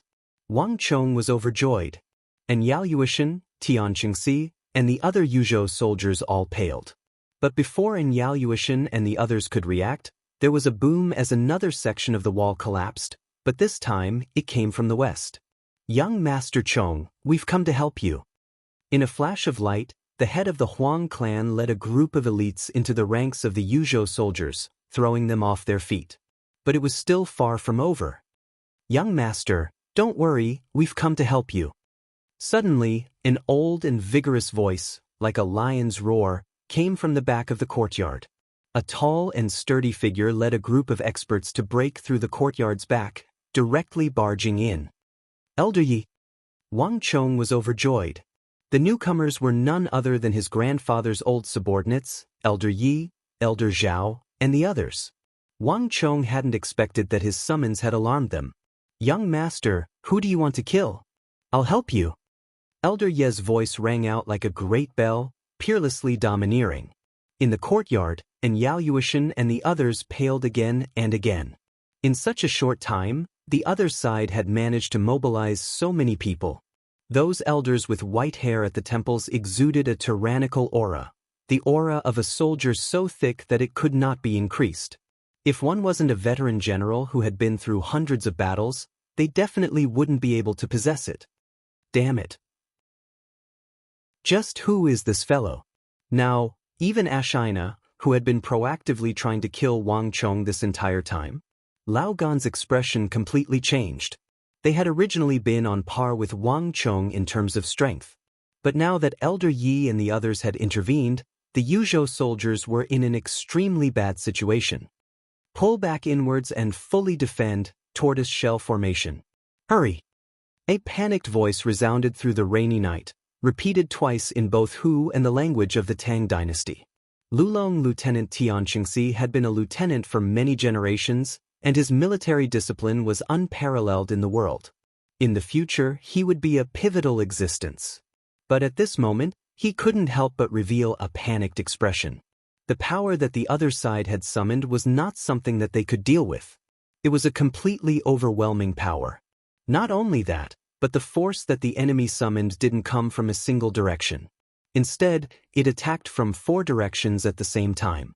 This meant that no matter how strong or how elite the Yuzhou soldiers under their command were, as long as they dared to attack, they would be attacked from 3 different directions. On the battlefield, defeat was assured in such a situation. Rumble. A gigantic, intricate, and complicated great halo of thorns vibrated beneath Elder Ye's feet. The halo was like countless thorns. The halo was black with a hint of gold, giving off an unparalleled sense of power. Roar, a gigantic fist suddenly smashed out, not from Elder Ye's body, but from the void. In that instant, Wang Chong could faintly see a gigantic bronze mountain god behind Elder Ye's back. This was the first time Wang Chong had seen Elder Yi in action. Rumble, countless Yuzhou soldiers were sent flying. Tian Qingxi's tortoise shell formation was completely unable to block Elder Ye's fist. And at the same time, the cavalry from the other directions also struck like thunder, all of them smashing into the underworld state soldiers. Congratulations, host, for killing 1 Yuzhou traitor, reward 1 destiny point. Congratulations, host, for killing 2 Yuzhou traitor, reward 2 destiny points. Congratulations, host, for killing 3 Yuzhou traitor, reward 3 destiny points. Congratulations, host, for killing an Yuzhou traitor, reward 7 destiny points. Congratulations, host, for killing an Yuzhou traitor, reward 8 destiny points. Congratulations, host, for killing an Yuzhou traitor, reward 9 destiny points. Congratulations, host, for killing an Yuzhou traitor, reward 13 destiny points. Congratulations, host, for killing an Yuzhou traitor, reward 14 destiny points. Congratulations, host, for killing an Yuzhou traitor, reward 15 destiny points. At almost the same time, a string of messages poured out of his mind like a waterfall. In a few short moments, 17 Yuzhou soldiers had been killed. Wang Chong had immediately obtained 17 points of destiny energy, and it was still rapidly increasing. And Yao Yuishan, Ashina? Su Gan and Tian Qingxi paled, and even Cui Qianyu and Tian Qianzhen, who had been fiercely fighting with Li Sai, paled. If it was just Li Sai, they could just barely hold on, but if these people joined in, let alone hold on, even the 2 of them would probably die here. Stop. Just who are you people? We are the Yuzhou army, people of the Anong Protectorate. Have you made a mistake? The Hu fighting with the Yuzhou soldiers were secondary, but the Han mixed in with them couldn't help but shout. But all these shouts could not surpass a single voice. Commander! The rumbling was like thunder, and even the torrential rain above the courtyard was shaken away, transforming into ripples that spread outward. In the face of this enormous pressure and danger, Cui Qianyu, who was fighting with Li Sai, couldn't help but shout. This voice resounded over the entire capital, and Wang Chong's heart trembled as if he had thought of something. Hurry, don't worry about the others. Li Sai, Elder Yi, Elder Zhao, Elder Zhang, help me kill him. Wang Chong extended a finger and pointed at the retreating Yao Yuishan. And Yao Yuishan was far more crafty than anyone had imagined. At the start, he had been standing in front of the Yuzhou soldiers, but now that the situation had changed and Wang Chong's side had the upper hand, he had immediately retreated to the rear, into the protection of the Yuzhou soldiers. Young master, I'll take him down for you. An elderly and vigorous voice resounded through the air. Air surged as Elder Zhao soared into the air, transforming into a rainbow of light. Li Sai and Elder Zhang Jian of the Zhang clan also soared into the air, charging toward Yao Yuishan at the back of the crowd. Cui Qianyu, Tian Qianzhen, save me. Yao Yuishan's face was ashen as he cried out in fear. He was only at the true martial realm, and one Li Sai was enough to make him feel like a needle was pressing against his back. He didn't dare to casually attack, much less 3 people of this level. At this moment, Yao Yuishan sensed the thick stench of death, and an intense unwillingness welled up in his heart. All of this was too inexplicable. He hadn't done anything, so why did this person want to kill him? Was he really going to die here today for no apparent reason? Just as Li Sai, Elder Zhao, and Elder Yi, the 3 high-level profound realm experts were like eagles swooping down from all directions. In the rainy night in the north, suddenly, a ball of dazzling light like the sun exploded in the air. A vigorous, dignified, aloof aura that made people tremble swept across the entire courtyard and suddenly appeared in everyone's perception. Chapter 449. At present, Li Sai could be said to be the person with the highest cultivation level at Wang Chong's side. As the future invincible great general, Li Sai's strength could be easily imagined. But even the high-level profound martial Li Sai, who had once killed Black Dragon Zhao, seemed insignificant in comparison to that vast energy that had appeared out of nowhere. In a flash, Li Sai, Elder Yi, Elder Zhao, Wang Chong, and Marchioness Yi all felt an intense unease. Don't worry about him. Li Sai, Elder Yi, kill Yaoyuan. Wang Chong suddenly bellowed. For this operation he had mobilized the strength of his entire clan, sparing no expense. And before this, everything seemed to be going smoothly. Although Yaoyuan had successfully escaped from Drunken Sparrow restaurant, he had never been able to escape.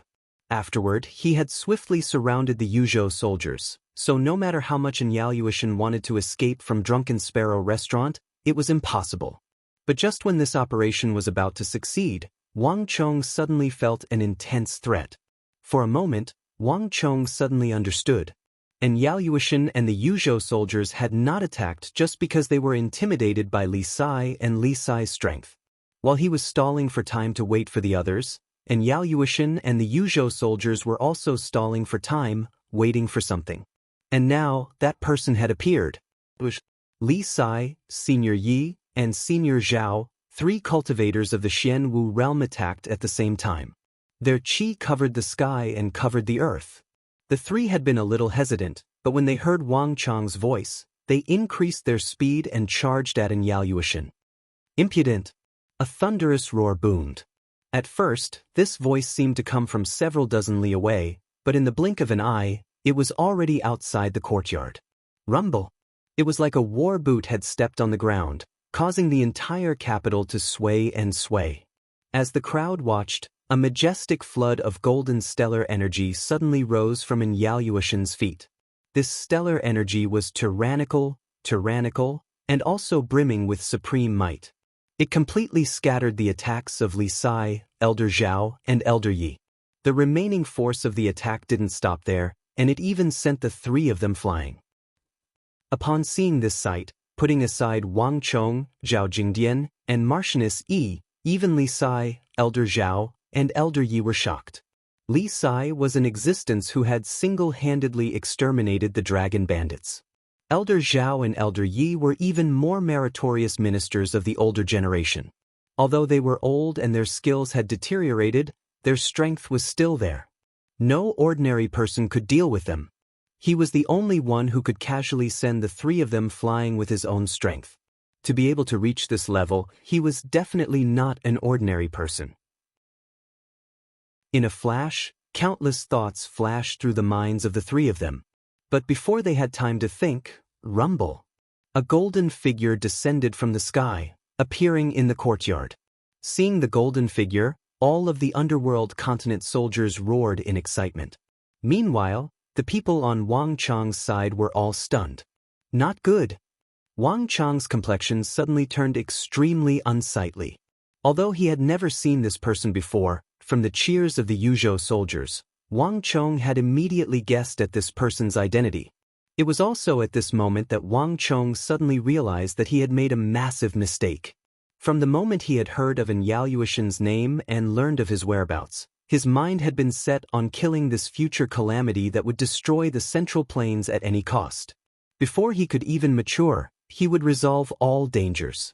But it was also at this moment that Wang Chong realized that he had overlooked someone. Zhang Shogui, the Anong Protector General, one of the supreme great generals of the empire. The only people in Drunken Sparrow restaurant were Wenjin, and Xiaojie, and the others, so he had always believed that Yaoyuan had come alone. Even after arriving at this courtyard and seeing Cui Qianyu and Tian Qianjin, Wang Chong's thoughts had not changed. At most, he would add these Yuzhou soldiers to his list of targets. With his own strength and the Wang clans, he could absolutely exterminate them in the capital. But all of this had been wishful thinking on his part. Yaoyuan had not come to the capital alone. As a soldier of Yuzhou, Yaoyuan did not have the courage or the ability to leave his camp and run all the way to the capital. There was only one reason why he had appeared here. The one who had come to the capital was not him, but the Anong Protector General, Zhang Shogui, and he was just a follower. As for why Zhang Shogui had appeared here, Wang Chong recalled the memories of his last life and suddenly understood. Zhangzhou Jianqiong. Zhang Shogui had appeared in the capital because of Zhangzhou Jianqiong. As the Annan Protector General, Zhangzhou Jianqiong had entered the court as a soldier for the first time, becoming the Minister of War, his status even above Zhang Shogui's. This accidental success had also attracted Zhang Shogui's attention. As a fellow Protector General and Great General, Zhang Shogui was superior to Zhangzhou Jianqiong in both talent, achievements, and prestige. If Zhangzhou Jianqiong could enter the court as the Minister of War despite his military background, why couldn't he? Zhang Shogui wants to be Prime Minister. In a daze, Wang Chong understood something. Zhang Shogui wanted to be Prime Minister. Wang Chong knew this, the entire world knew it, and even the Holy Emperor knew it. 20 years ago, Zhang Shogui had dealt a major defeat to Uzun and had had a chance to be promoted to Prime Minister, but alas, he had run into his grandfather. In terms of seniority, his grandfather was even more senior than Zhang Shogui, and his prestige in the army was even higher, and his contributions were even greater. At the time, his grandfather had said to the outside world, Zhang Shogui is still very young.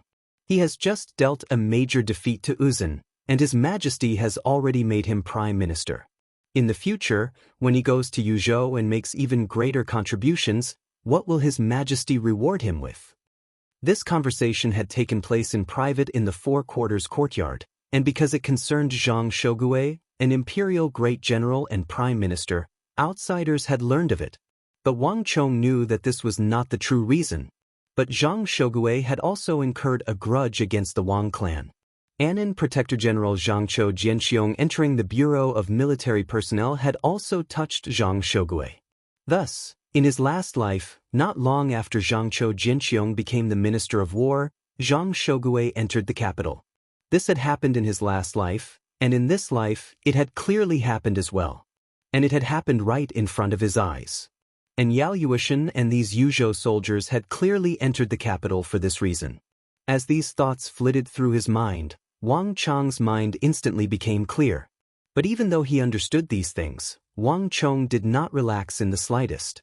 On the contrary, it only grew heavier. Because Zhang Shogui had clearly come to stop him. All of you stop. Anyone who dares to move will die. Zhang Shogui held his hands behind him, his voice booming through the heavens. In a flash, Zhao Yadong, Bai Siling, Su Gan, Chen Burang, Sun Jiming, Fang Xianing, under the pressure of Zhang Shogui, all of them felt stifled, not daring to move. The fierce battle suddenly fell deathly silent. Whether it was the Yuzhou soldiers or the people on Wang Chong's side, no one dared to move. They were all intimidated by the awe-inspiring prestige of the Annan Protector General. A man's shadow, a tree's wind. In the Central Plains, in the Tang Dynasty, Zhang Shogui's reputation was second only to the Crown Prince's junior guardian, Wang Zhongxi. He was the cornerstone of the empire and possessed a decisive status. And as Wang Zhongxi withdrew from the palace and gradually left the border, handing over military authority to the Big Dipper Great General Geshu Han, Zhang Shogui seemed to be on the verge of becoming the #1 person in the military world. Chapter 450. No one had expected things to develop to this point.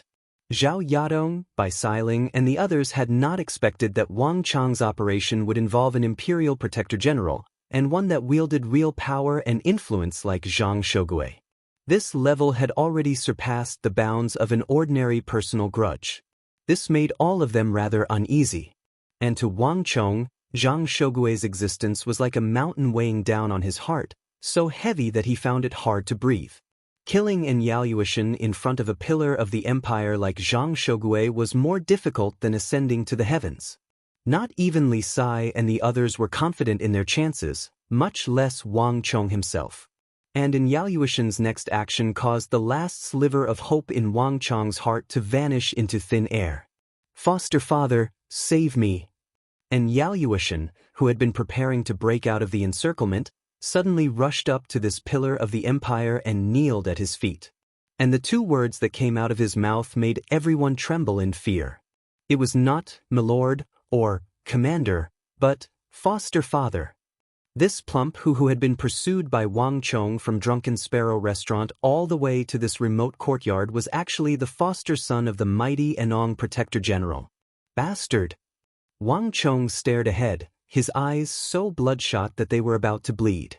From his reincarnation until now, this was the closest he had ever been to completing his mission, and it might also be the only time. This chance would never come again. For this chance, he had mobilized Deflecting Blade Manor, the Spirit Vein Mountain, all the guards of the Wang clan, and all the factions that were on good terms with the Wang clan. Even Elder Yi and Elder Zhao had appeared. He had revealed all the strength of the Wang clan precisely to deal with Yaluoshan. But now all his plans had failed. The figure in front of him was like a huge mountain range, blocking all possibilities in front of him and blocking all targets behind him. More importantly, Zhang Shogui still had no idea what he was doing. But Wang Chong didn't explain anything. At this moment, Wang Chong's heart was bleeding. Is there really no other way? Wang Chong's eyes were red, and his fingernails dug into his flesh. He didn't even know that he had bitten his lips. There was no future regional commander of the 3 towns, no future king of the Turks, and no future bane of the world. The current Yaluoshan was just an insignificant, nameless soldier. The distance between him and Wang Chong was no more than 200 feet. As for Elder Yi, Elder Zhao, Li Sai, the Eagle, and the head of the Huang clan, each of them could easily destroy him by tens of zhang. As long as they could kill him, they could easily save themselves from the future disaster. But all of this was impossible. Zhang Shoyo had been stationed in the northeast for a very long time, and he was even stronger than Zhangqiu Jianqiong. At such a close distance, no one could kill anyone in front of Zhang Shogui. Not even if they all attacked together. Brat, just what is your Wang clan planning? Are you declaring war on me? Zhang Shogui stood in the middle of the courtyard like a god, his clothes flapping in the wind and his eyes spitting fire as he locked onto Wang Chong at the front of the crowd. And Yaluoshan, Ashina? As newcomers, Sugin and the others were unfamiliar with the great clans of the capital, but Zhang Shogui had almost instantly recognized the insignia on the clothes of the Wang clan guards. Zhang Shogui had even recognized Wang Chong at a glance. Zhang Shogui had already gathered far too much information on the regional commander incident. He had even gathered a large pile of sketches of Wang Chong. But recognizing Wang Chong only made Zhang Shogui even angrier, and the corpses of the Yuzhou soldiers on the ground made him even angrier. He had only entered the palace for a while and met with a few ministers of the court, but his subordinates had almost all been killed. How could Zhang Shogui accept this? Only he could decide the fate of his subordinates. Even if they died, they could only die by his hand. A misunderstanding, this must be a misunderstanding. Lord Zhang, young Master Wang would definitely not have offended General. Zhang Jian and the head of the Huang clan hurriedly protested. The Zhang and Huang clans were currently sharing honor and disgrace with the Wang clan. Seeing that Zhang Shogui was aiming his spear at Wang Chong, the two hurriedly stepped forward to explain. The two had not expected that by following Wang Chong to fight the tiger, a mighty deity like Enong Protector General Zhang Shogui would appear. This matter involved the Anong Protectorate and the Yuzhou soldiers of the empire. This was no small matter. If things were not handled properly, this matter would evolve into a major storm in the imperial court. Silence! With a thunderous roar, Zhang Shogui waved his sleeve with a cold face, his body exploding with a frightening aura. Who do you think you are? Do you think you have the right to speak before me? As his voice resounded through the air, Zhang Tsong and Huang Tong felt stifled. Their mouths opened and closed, but before Zhang Shogui's might, neither of them could say anything. The shadow of a man, the wind of a tree. Although the Zhang and Huang clans were prestigious clans in the capital, they were still quite a distance away from a protector general like Zhang Shogui, who had been through hundreds of battles and had never lost a battle. Moreover, Zhang Shogui was not wrong. Neither the elders of the Zhang clan nor the head of the Huang clan had the right to speak before him. Second brother Yi, third brother Zhao, is this also the will of that person of yours? Zhang Shougui's expression was icy as he turned his gaze to Elder Yi and Elder Zhao. Elder Yi and Elder Zhao were both subordinates of the Wang clan's old master, and the two of them had once held very high positions in the army. Although the two of them had retired for several decades and few people in the younger generation of the army recognized them, Zhang Shougui was an extremely senior imperial great general who had made a name for himself very early on, so he had interacted with the two of them before. Thus, it was simply impossible for the two of them to conceal their identities in front of them. Lord Zhang, this matter has nothing to do with Old Duke. This is entirely the will of young Master Chong alone. Although we don't know why he does this, based on his past conduct, we believe that he definitely has a reason. Elder Yi and Elder Zhao had long ago retreated to Wang Chong's side, forming a triangle around him. In front of the Anong Protector General Zhang Shougui, the two of them had grave expressions and felt an enormous pressure. Zhang Shougui's reputation and status in the world were inferior to that of Old Duke, but it wasn't too far off. And he was on the verge of catching up. That was, if he could successfully become the Prime Minister of the Empire. The crowd was quiet. The words of Elder Yi and Elder Zhao had placed everyone's attention on Wang Chong. In truth, no one knew why Wang Chong had issued that order. No one knew what sort of grudge Wang Chong had with that who. Brat, so you're saying that this is your own idea? Zhang Shougui coldly sneered as he looked at Wang Chong with disdain in his eyes. Yes. Wang Chong's voice was calm and emotionless. Even in front of this world-renowned Protector General, Wang Chong showed no fear. Foul brat, do you think that I would believe you? Zhang Shougui angrily laughed.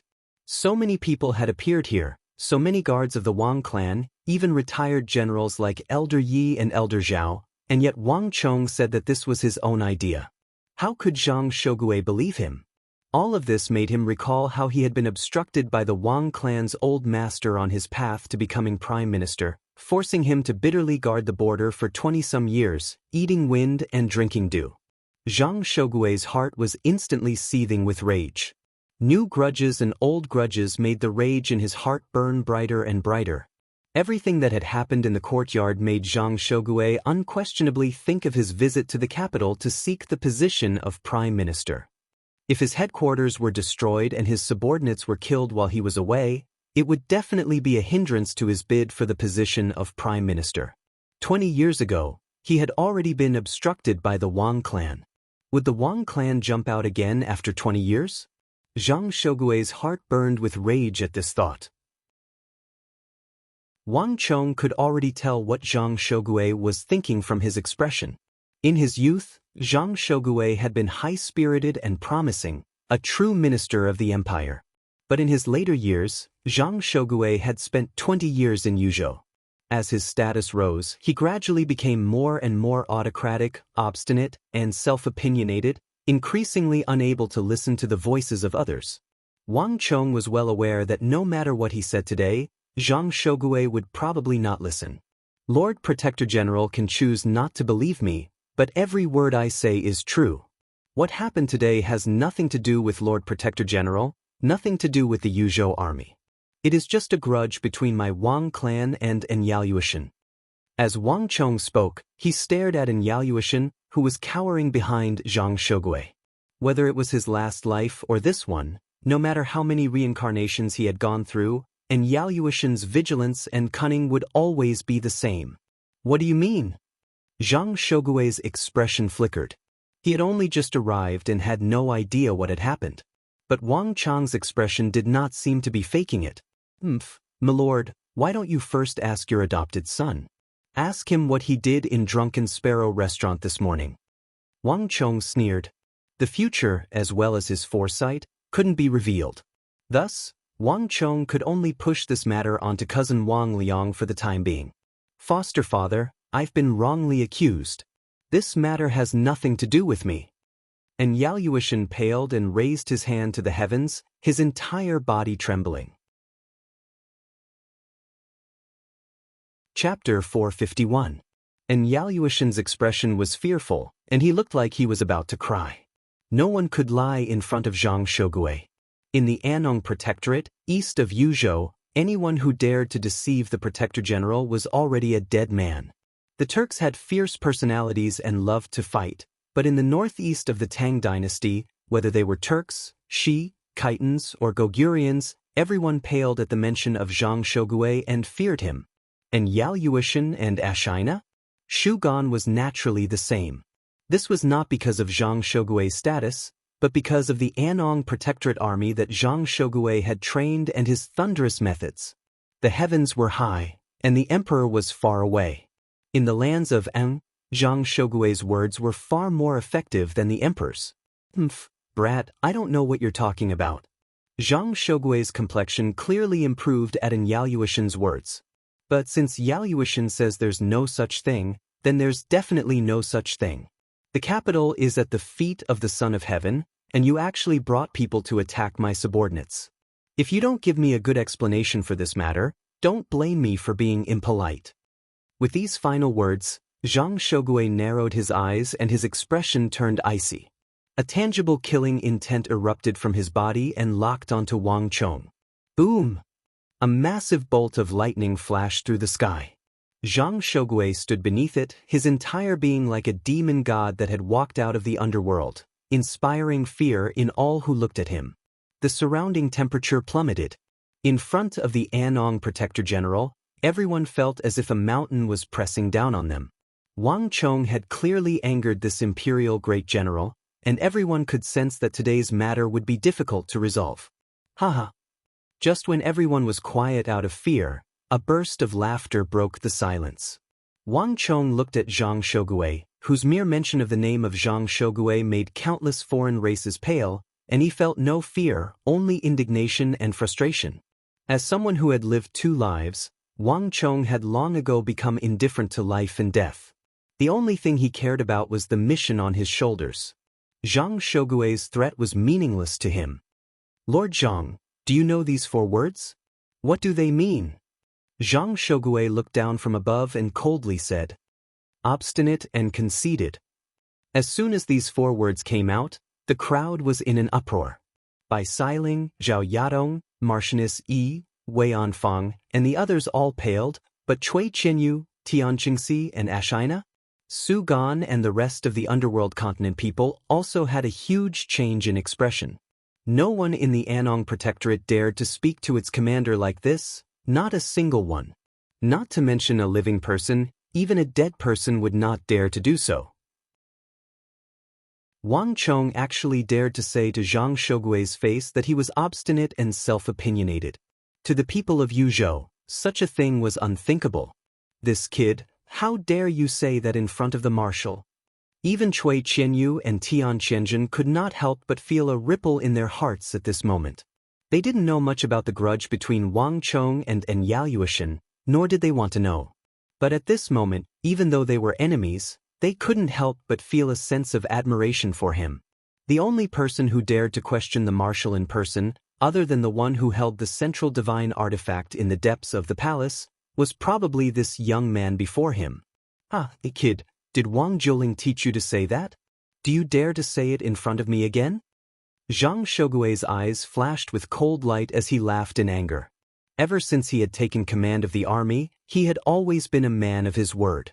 Ever since 20 years ago, very few people had dared to speak ill of him to his face. But now, a teenage boy was saying that he was obstinate and self-opinionated. Young master. Wang Chong stopped. Marchioness Yi, Bai Siling, Zhao Yadong, and the others felt their hearts tighten as they hurried to Wang Chong's side and tried to dissuade him, all of them worried. Even though the Anong Protectorate was on the border, extremely far from the capital. But Anong Protector General Zhang Shogui had never lacked for people to discuss him in the capital. Although they rarely saw this imperial great general, they had heard many legends about him. Zhang Shogui had never been a good-tempered person. His methods were tyrannical and he had never been a genial general. In the empire, Zhang Shogui's methods were fierce and ruthless, and he was definitely second to none. If he were an enemy, Zhang Shogui would definitely make them restless at night and have nightmares every day. For Wang Chong to infuriate him was not a wise move. But Wang Chong waved his hand to stop them. An indescribable aura seeped out of his body, stifling their hearts and rendering them speechless. The current Wang Chong was completely different from the impression they had of him. Although Wang Chong had a temper in the past, he was extremely respectful in front of these people and rarely disobeyed them. Moreover, they were all older than Wang Chong. But at this moment, although Wang Chong's appearance had not changed, his every movement exuded an aura that inspired reverence and might. This was not the aura of a teenage scion of the capital, but it was rather similar to Zhang Shogue's aura. A teenage child, even if he was a little clever, even if he had been born into a clan of ministers and generals, and his horizons far surpassed that of an ordinary person, did not have the right to speak to an imperial great general like Zhang Shogue, much less criticize him for being obstinate and self-opinionated. But a legendary war saint revered by the world in the apocalyptic era of the Central Plains had the right to say such words. Zhang Shogue was not bad.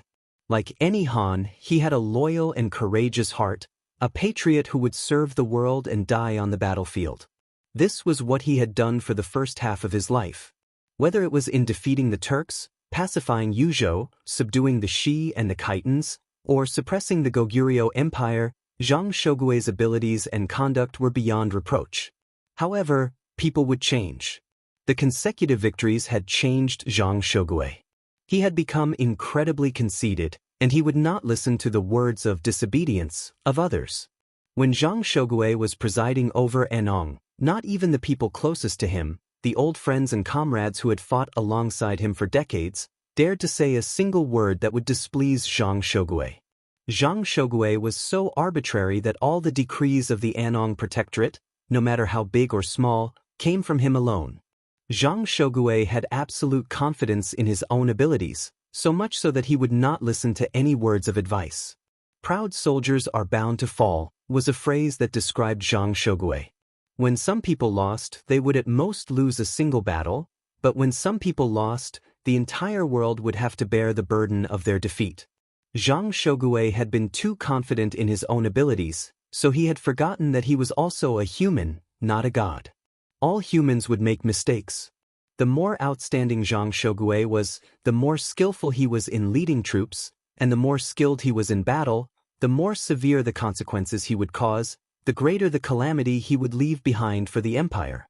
Later on, countless people had analyzed that rebellion of the Tang dynasty, which had affected the entire world.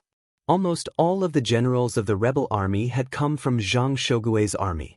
Tian Qingxi was strict in managing his army, and his skill at leading troops was unparalleled in the world. His soldiers obeyed orders, were swift and composed, and could carry them out to a frightening level. In terms of military accomplishment, the rebel army led by Tian Qingxi far surpassed the official army of the Tang dynasty. However, even though the Tian clan had been Lulong commandants for generations, they did not have this sort of ability. Tian Qingxi's skill at leading troops had come from Zhang Shogue. Cui Qianyu and Tian Qianjun were not only skilled in martial arts, they were also skillful in leading troops, both brave and astute. Separated, the two of them could hold their own, and together, they could even defeat the Big Dipper great general Geshu Han, who had subdued Uzan. If Gao Xianji and Feng Changqing of the Anxi Protectorate could be called the twin walls of the empire, then Cui Qianyu and Tian Qianjun were no less than the twin stars of the rebel army. It was just that the two of them had disobeyed the world, so no matter how talented they were, they could not be recorded in the annals of history. There was also the rebel army great general Cui Shida, who was known as the Lightning Cavalry, and whose ability to lead cavalry was unparalleled in the world. In terms of ability to lead cavalry, although Sun Jiming was also known as the general of surprise assaults, compared to the rebel army great general Cui Shida, Sun Jiming was like comparing a fluorescent light to the bright moon. The two were on completely different levels. And whether it was Cui Qianyu, Tian Qianjun, or Kai Shida, all of them had been promoted by Zhang Shogue. And their ability to lead troops, strategize, and tactics had all been taught by Anxi Protector General Zhang Shogue. And each of them was able to bring out their unique traits to the extreme. This was like a strengthened version of Zhang Shogue with 3 heads and 6 arms. This sort of Zhang Shogue was not someone that could be underestimated. Zhang Shogue knew how to use people, and he only asked about their abilities, not their backgrounds. As long as they had the ability, he could use them all. So, in Yaoyuishan and Ashina? Ma Gan had committed a crime in Yuzhou and should have been executed, but Zhang Shogui had taken a liking to their talents and taken them into the Anong Protectorate. And in Yaoyuishan, influenced by what he saw and heard, had learned all of Zhang Shogui's methods. Thus, in the rebel army, there were not only high-ranking officers, but also Han. Thus, the rebel army was able to cause so much damage. It could be said that the rebel army commanders who would cause trouble for the world in the future were all good students of Zhang Shogui's. Even the invincible rebel army of Yuzhou had been trained by Zhang Shogui. That civil strife that would engulf the world in the future, shake the foundation of the Tang dynasty, and plunge the Central Plains into eternal damnation, had been caused by Yaoyuishan and Ashina. Ma Gan had been raised by the two of them. But in the end, the source of all this was Zhang Shogui, the person standing before him. It was he who had single-handedly caused the collapse and destruction of the Tang dynasty. Zhang Shogui had been too outstanding. But this excellence had not brought benefit to the world. On the contrary, it had led to the destruction of an empire. This was truly a case of losing one's integrity in old age. Wang Chong had once thought that if someone could remind Zhang Shogui, point out his mistakes from the side, tell him that he was a man and not a god, he would also make mistakes. Then perhaps everything would have been completely different. Alas, the Wang Chong of the past had not had the right, the strength, or the chance to stand before the Anong Protector General, much less speak to him. Now that everything had started over, he had finally obtained a chance. Even if Zhang Shogui wouldn't listen, he still had to say it. Has Lord Zhang heard of the farmer and the snake? Wang Chong sternly said. Are you trying to say that you're that snake? Zhang Shogui sneered. If not for the fact that Wang Chong was Wang Jiuling's grandson, Zhang Shogui would have never spoken so much to him. I just want to tell my lord that farmers can also make mistakes. Chapter 452. Brat, you're too impudent. Zhang Shogui's calm eyes suddenly exploded with a cold light. The surrounding Yuzhou soldiers stared at Wang Chong, all of them dumbfounded by his actions. In the northeast, no one dared to speak to their commander in such a manner. Wang Chong seemed to be referring to some farmer, but he was actually referring to their commander. The first time, he had accused their commander of being obstinate and self-opinionated, and the second time, he had said that even the commander can make mistakes. In the world, there was probably no one else besides this fellow who dared to speak to their commander in such a manner. If he didn't know their commander's identity, his actions would have been understandable. But he clearly knew his commander's identity and still did so. This was simply audacious. This fellow, he really dares to say anything.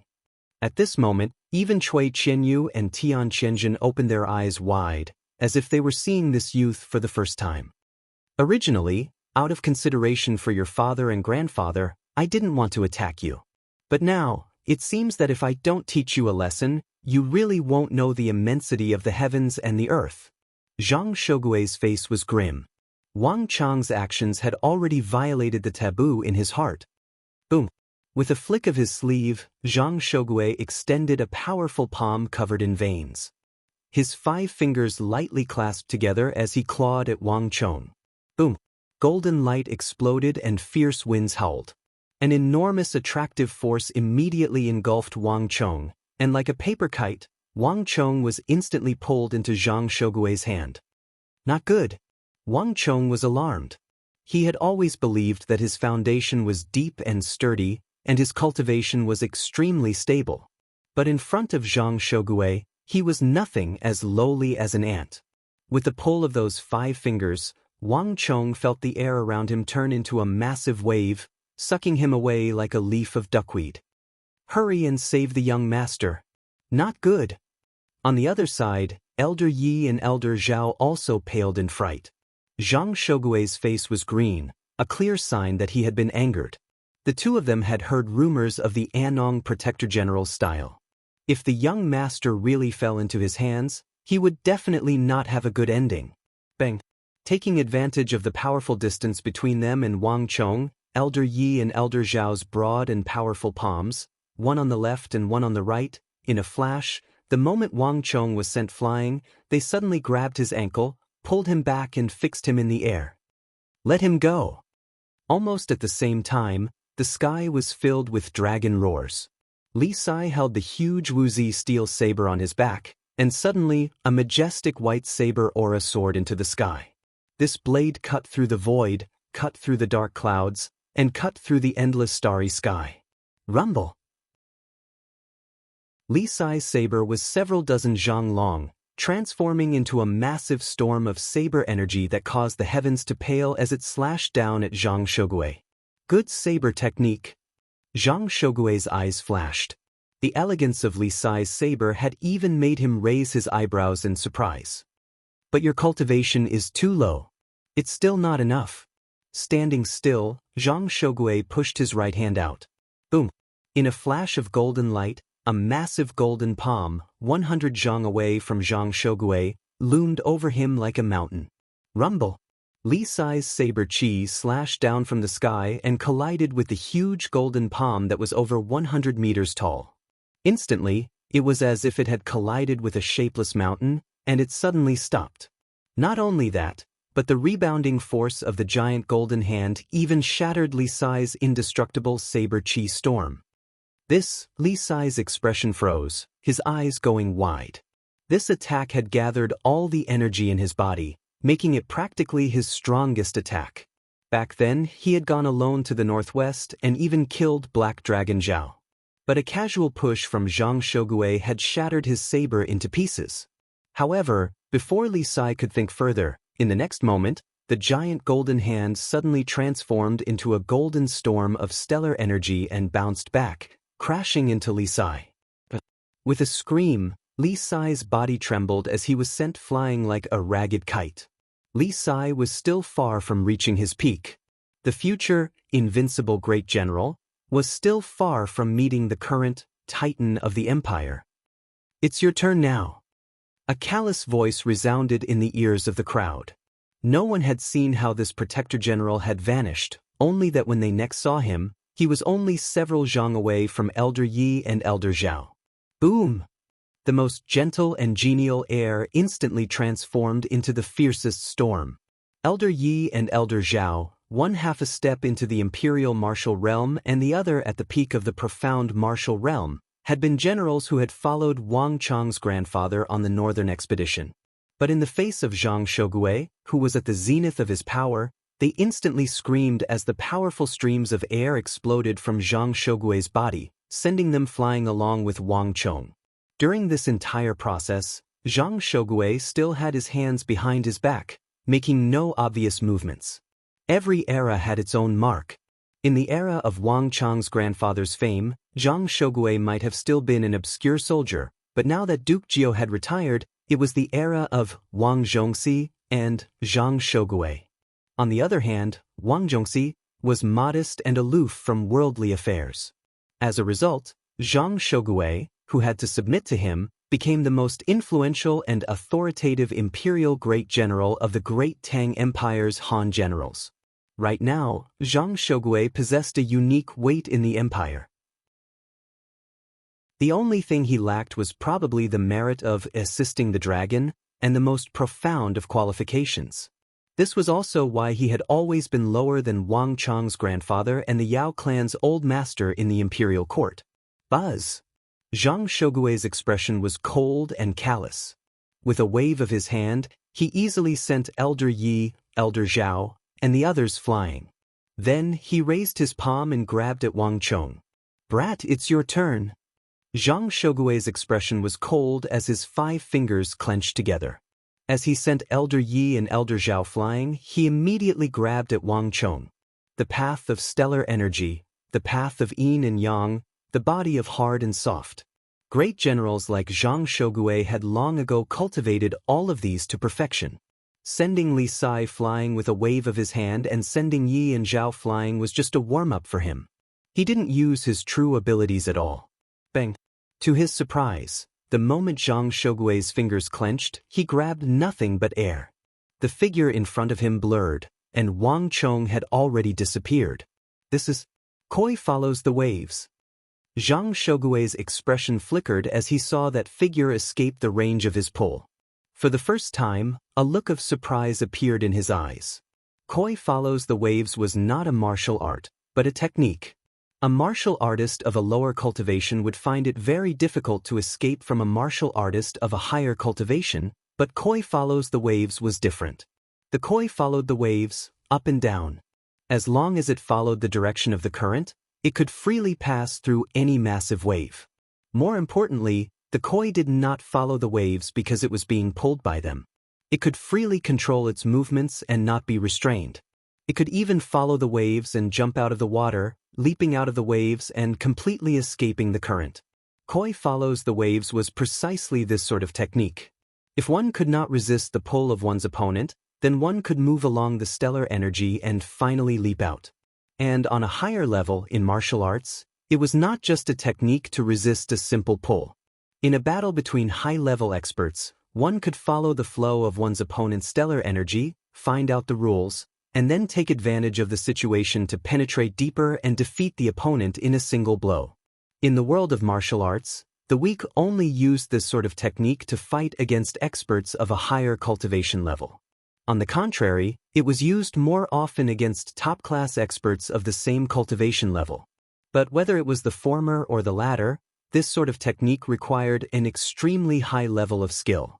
Not only did one have to understand the flow, nature, and variations of one's opponent's stellar energy like the back of one's hand, one also had to have a very high cultivation level. If the opponent was of the same cultivation level as him, there was a sliver of a chance, but Wang Chong was only an insignificant true martial realm martial artist, not even at the profound martial realm. It was practically impossible to successfully use Koi follows the waves. And when one considered the gap between the two of them, this sort of situation was simply inconceivable. "Brat, get down here." Zhang Shogui's expression chilled. He was finally enraged. But before he could attack, a roar resounded through the sky. "Everyone ignore me! Attack and kill in Yaoyuan." Zhang Shogui was obstinate and wouldn't listen to anything Wang Chong said. The only person Wang Chong cared about right now was in Yaoyuan. Zhang Shogui believed that this operation would be over once he was captured. But he was wrong. As long as he could kill in Yaoyuan, Wang Chong didn't care what price he had to pay. As for himself, Wang Chong no longer cared. No matter who it was that appeared, Wang Chong would not give up this opportunity so easily. "Elder Zhang, Uncle Huang, don't worry about me. Kill him." Wang Chong's voice resounded through the sky. This mournful cry was like a signal, once again rousing the people in all directions. No one wanted to deal with the Empire's Protector General. But there was no doubt that none of them wished for Wang Chong to die here or be taken away by Zhang Shogui. Chapter 453. Boom! In a few short moments, everyone began to move. No one knew what Wang Chong was truly thinking, nor did they know that Wang Chong was truly prepared to die. But everyone had clearly mistaken Wang Chong's order for something else. Besiege Wei to rescue Zhao. Twang. With the twang of a bow, the first to strike was not the elders of the Zhang clan, nor was it the head of the Huang clan, but the distant master archer, Luo Tong. He might not have been so bold as to attack the Anong Protector General Zhang Shogui, but dealing with the Turks and Yaoyuan was no problem at all. Twang twang twang. In an instant, countless arrows pierced through the rain and descended upon in Yaoyuan. At almost the same time, the archers under Luo Tong's control fired their arrows. The dense rain of arrows tore through the air, their screeching enough to shatter the winds. In the face of this rain of arrows, and Yaoyuan instantly paled. He had not expected Wang Chong to be so bold. The Protector General was already here, but he still dared to attack in front of the Protector General. And Yaoyuan still had to face far more than this. Strike! With a furious roar, the elders of the Zhang clan and the head of the Huang clan, though half a step behind, also attacked. These people had far higher cultivation levels than the others, and their chi roiled like a storm. Their stellar energy exploded and their halos boomed. Torrents of stellar energy clattered against each other, filling the sky with a mountain-toppling momentum as they rumbled toward Enyaluishan. The dense crowd did not give Enyaluishan the slightest sense of security. "Listen to young master. Kill Enyaluishan." At almost the same time, Zhao Jingdian, Chen Burang, Sun Jiming, Martianus Yi, Huang Qian, Zhao Yadong, and Bai Siling once more began to attack the Yuzhou soldiers in an attempt to hold them back. The battle that should have been over now began once more. The Yuzhou soldiers had clearly not expected this, and they instantly fell into chaos. "Stop them! Protect Yaoyuishan!" Da Chui Qianyu and Tian Qianjin were the first to react. However, before the two of them could do anything to stop it, a majestic saber chi whistled through the air and blocked the two of them. Although he was a little slow, Li Sai's injuries were not as serious as he had imagined. The dark steel heavy armor that Wang Chong had forged for him using the meteoric metal had played a key role. Impudent! Zhang Shogui was instantly enraged by this sight. He was the Anong Protector General, and with a stomp of his foot in the military, he could shake the entire army. He was the undisputed leader of the army. Not even great generals like Fomin Linta dared to act so impudently in front of him, but these people clearly knew that he was here and still dared to attack Enyaluishan, treating him like he was nothing. This was no longer a question of whether to kill Enyaluishan or not. It was an affront to him, the Imperial Protector General. Bang! Zhang Shogui suddenly stomped down. A golden light emerged from the ground, transforming into an oval golden barrier that enveloped Enyaluishan. Boom boom boom. All the arrows and attacks collided with the oval golden shield and were all blocked. Not only that, but in the next moment, a terrifying aura suddenly erupted from the depths of the ground. Rumble! The earth quaked and the heavens shattered. No one could describe the power of this energy. In everyone's perception, the entire ground became undulating waves, as if it had come to life. A powerful repulsive force erupted, wanting to fling everyone off their bodies. It wasn't just a thought, it was really throwing them off. The experts of the Deflecting Blade Manor, the Spirit Vein, the Wang clan, and the other great clans were sent flying by that powerful aura like raindrops. As for those in the innermost circle, the elders of the Zhang clan, the head of the Huang clan, Zhao Jingdian, Huang Qianhu, Zhao Yadong Bai Siling, these people were the closest to Enyaluishan and the Yuzhou group, so they were the most heavily injured. Screams filled the air as their chests caved in and they were sent flying like wheat being cut down. Blood rained down from their mouths. Zhang Shogui was furious, so he had dealt the heaviest blows to these people. If not for the fact that he valued the status of these scions of the great clans a little more and that it was a little beneath his status to deal with these juniors, Zhang Shogui would have long ago killed them. Too powerful. The combined attacks of several hundred people had collapsed in an instant. At this moment, everyone could sense Zhang Shogui's terrifying strength. In front of a legendary figure of the empire like Zhang Shogui, the strength of these people was far too minuscule. The difference in strength between the two sides could not be calculated with reason. Although they had long since known about this gap, only when they experienced it for themselves did they understand just how great it was. It was a difference between the heavens and the earth. Anyone who tried to resist Zhang Shogui would deeply understand what true despair was. A single barrier of light had made Enyaluishan as stable as Mount Tai. No matter how many people there were or what level they were, they could not injure Enyaluishan.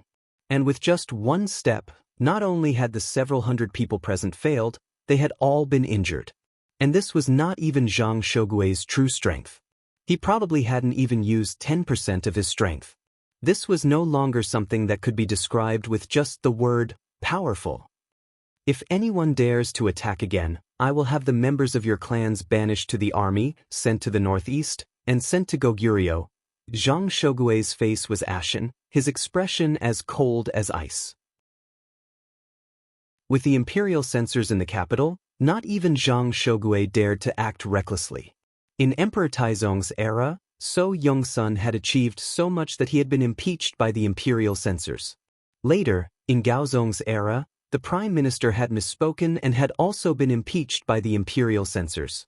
In the current dynasty, people of virtue and prestige, such as Wang Chang's grandfather, or Wang Zhongxi, who had been adopted by the imperial censors as a child and hailed as the new war god, had still been impeached by the imperial censors, forced to relinquish his military authority and return to the palace to become the leisurely junior guardian of the crown prince.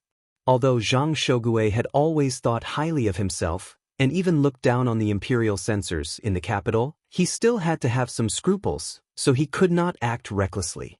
However, if anyone thought that he could do nothing to these scions of the great clans, they would be gravely mistaken. Just because he could not kill them did not mean that he could not do anything. With his status as Imperial Protector General, a single order from him could have these scions of noble birth banished to the army and sent to Yuzhou in the northeast. Once he got there, life and death would be up to him. As expected, the moment Zhang Shogui spoke, the entire courtyard fell silent. Everyone felt a chill in their hearts and fear appeared in their eyes. Everyone in the empire now knew that the fiercest fighting in the northeast was not the Shi or the Khitans, nor was it the eastern and western Turkic Khaganates. It was Yun Gaesaman of Goguryeo in the east. Goguryeo had never been much of a threat to the Tang dynasty until some Yun Gaesaman appeared there. Under his rule, Goguryeo rose swiftly and became a powerful nation. Although it was a tiny place, it had absorbed the strength of China, including the art of war, strategy, and martial arts. At the same time, it had used its own unique traits. This allowed the tiny Goguryeo to become in existence on par with Uzun and the eastern and western Turkic Khaganates. Even though it didn't have many soldiers, its fighting prowess was above that of the Mengshi Zhao Empire. Yun Gaesuan strengthened his defenses and built a large number of fortified cities.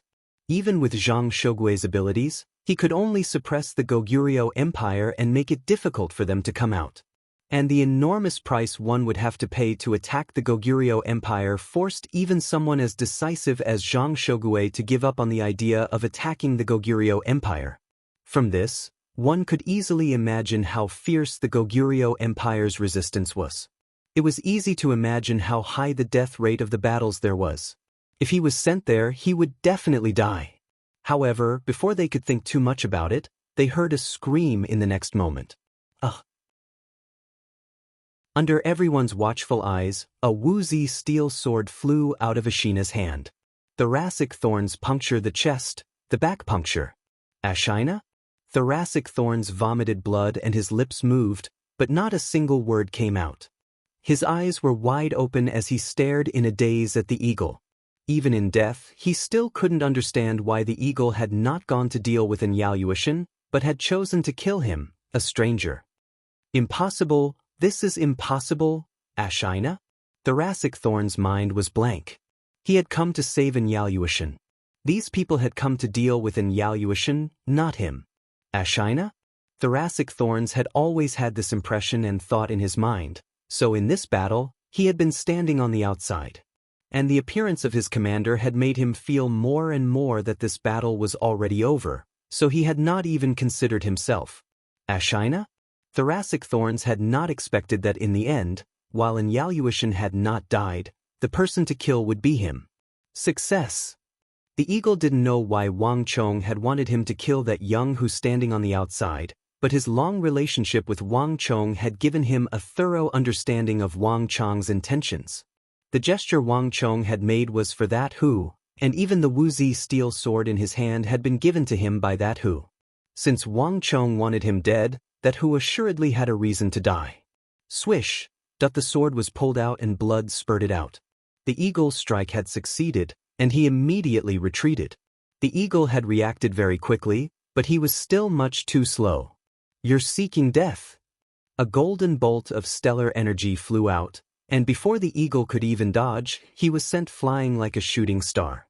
Zhang Shogui's face was ashen and unsightly.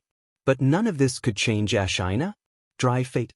Although his martial arts were unparalleled, he was still a man, not a god. How could he have predicted that the eagle would attack Ashina, who seemed to be completely unrelated and insignificant? Do it. He could defend against the attacks of 200 people against Yaluoshan, but he couldn't defend against the eagle against Ashina? Kyuchi's attack.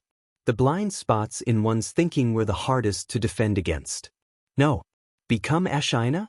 The moment Shu Gan's corpse toppled to the ground, and Yaoyuan, trapped in the golden barrier, opened his eyes wide and let out a heart-rending howl. His eyes were blood-red, like an injured wild beast. From Drunken Sparrow Restaurant to here, and Yaoyuan's eyes had never once turned red from the pursuit. But to be Ashina? The moment Sugan collapsed, and Yaoyuan seemed to have suffered a heavy blow, his entire body losing control. Congratulations to the host for successfully killing Ashina. For changing a major historical fact, reward 200 points of destiny energy. Almost to Ashina? The moment Sugan collapsed, the Stone of Destiny's voice rang out in Wang Chong's mind. Ashina. Shu Gan was dead. The future Shi Siming would no longer exist. At this moment, of the twin pillars of Yozhou's rebel army in the history of the Tang dynasty, only an Yaoyuan remained. Chapter 454. In the future rebel army, Shi Siming would play an extremely important role. As in Yaoyuan's left and right arms, he had helped resolve many of his problems. Without him, an Yaoyuan would never have been able to rise so quickly. And Yaoyuan could not be killed, at least not for the time being. As the future leader of the rebel army, an Yaoyuan was protected by fate. That inexplicable barrier made of the energy of the world was enough to explain the problem. And Zhang Shogui would never let Wang Chong succeed. Only Ashina? Whether it was Zhang Shogui and Yaoyuan, or even the people on his side, if Wang Chong wanted to kill Hasugan, no one would be able to think of it. But in order to avoid the same fate as in Yaoyuan, Wang Chong had borrowed the hand of the eagle to kill Hasugan. Damn it! Zhang Shogui's furious voice resounded in his ears. Without even turning his head, Wang Chong knew that Zhang Shogui's complexion was extremely unsightly.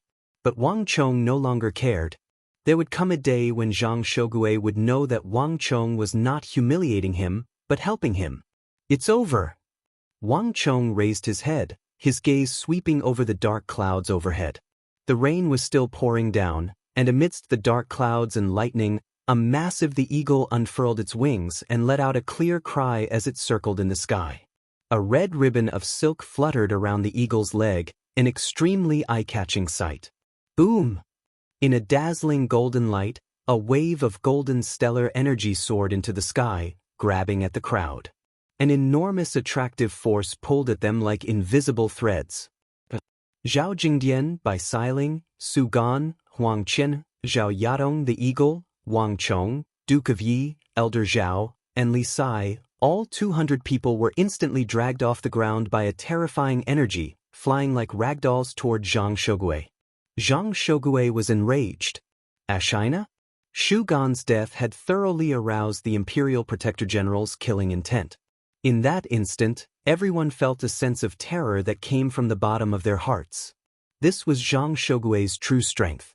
When he was enraged, whether it was Li Sai, Elder Yi, Elder Zhao, or anyone else, even all of them added together, they were insignificant before him. Reckless fools, you're too presumptuous. Since you want to die, I'll fulfill your wish. Zhang Shogui's cold voice resounded through the heavens. What imperial censor? What dignity? None of that mattered anymore. Become Ashina? The moment Shu Gan was killed in front of him, Zhang Shogui felt an indescribable rage burn in his heart. The imperial censor's impeachment could not be ignored, but in comparison, the anger in his heart needed to be vented even more. There was no longer a need for these people to exist. Buzz. A ball of golden light burned like a raging flame. The terrifying light shot into the sky, illuminating the entire world in a golden color. In front of this storm-like aura, everyone was as insignificant as a speck of dust. Lord Protector General, please stop. Just when Zhang Shogui was prepared to deal the killing blow, a black silhouette shot out like an arrow into the densest part of the golden light. Bang! Bang! Two massive booms. The black silhouette had left as quickly as it had arrived, retreating from the depths of the golden light in a flash. But on the other side, the golden light that filled the sky with the power of destruction also disappeared without a trace. Plap plap plap. Those people that had been pulled up by the golden light and thrown into the air toward Zhang Shogui began to plummet back down into the rain. But the crowd was deathly still, no one saying a word. "It's you?" Upon seeing that black silhouette, Zhang Shogui took in a deep breath and fell silent. "Lord Zhang, it's been a long time." The old steward's hands were hidden in his sleeves, his beard trembling. Although his breathing was in disorder, his feet were firmly planted on the ground. The courtyard was so quiet that one could hear a pin drop. In all directions, the crowd had long been watching. Zhang Shogui was the protector general of the empire, so powerful that not even Li Sai, Duke of Yi, Elder Zhao, the elders of the Zhang clan, and the patriarch of the Huang clan combined would be a match for him. But no one had expected that the old butler would be able to force Zhang Shogui to stop after crashing into his protective golden light. Even Wang Chong was a little dazed. He had seen the old steward in action before, and he was also the person who had interacted with him the most. But Wang Chong had not expected the old steward to be able to stop Zhang Shogui in a direct confrontation. "I didn't think that he would be this strong." Wang Chong's gaze flickered as he looked at the old steward standing nearby, exuding an unfathomable aura. The old steward was very strong. Wang Chong had known this a long time ago. Even when he had been idling and stubborn, Wang Chong had already developed this impression of this old steward who served at the king of Song's side. But Wang Chong had never known just how deep his foundation was. He seemed to be very powerful, but he never revealed his true strength. In his last battle, he had only managed to defeat the fleeing King Sojurim, and it seemed like he hadn't even used his full strength. Thus, it was impossible to determine the strength of an expert. But Wang Chong had not expected the old steward to be so strong that he could fight against Zhang Shogui. This was no longer just strength, but ridiculously strength. Buzz! After a momentary daze, Wang Chong quickly came back to his senses.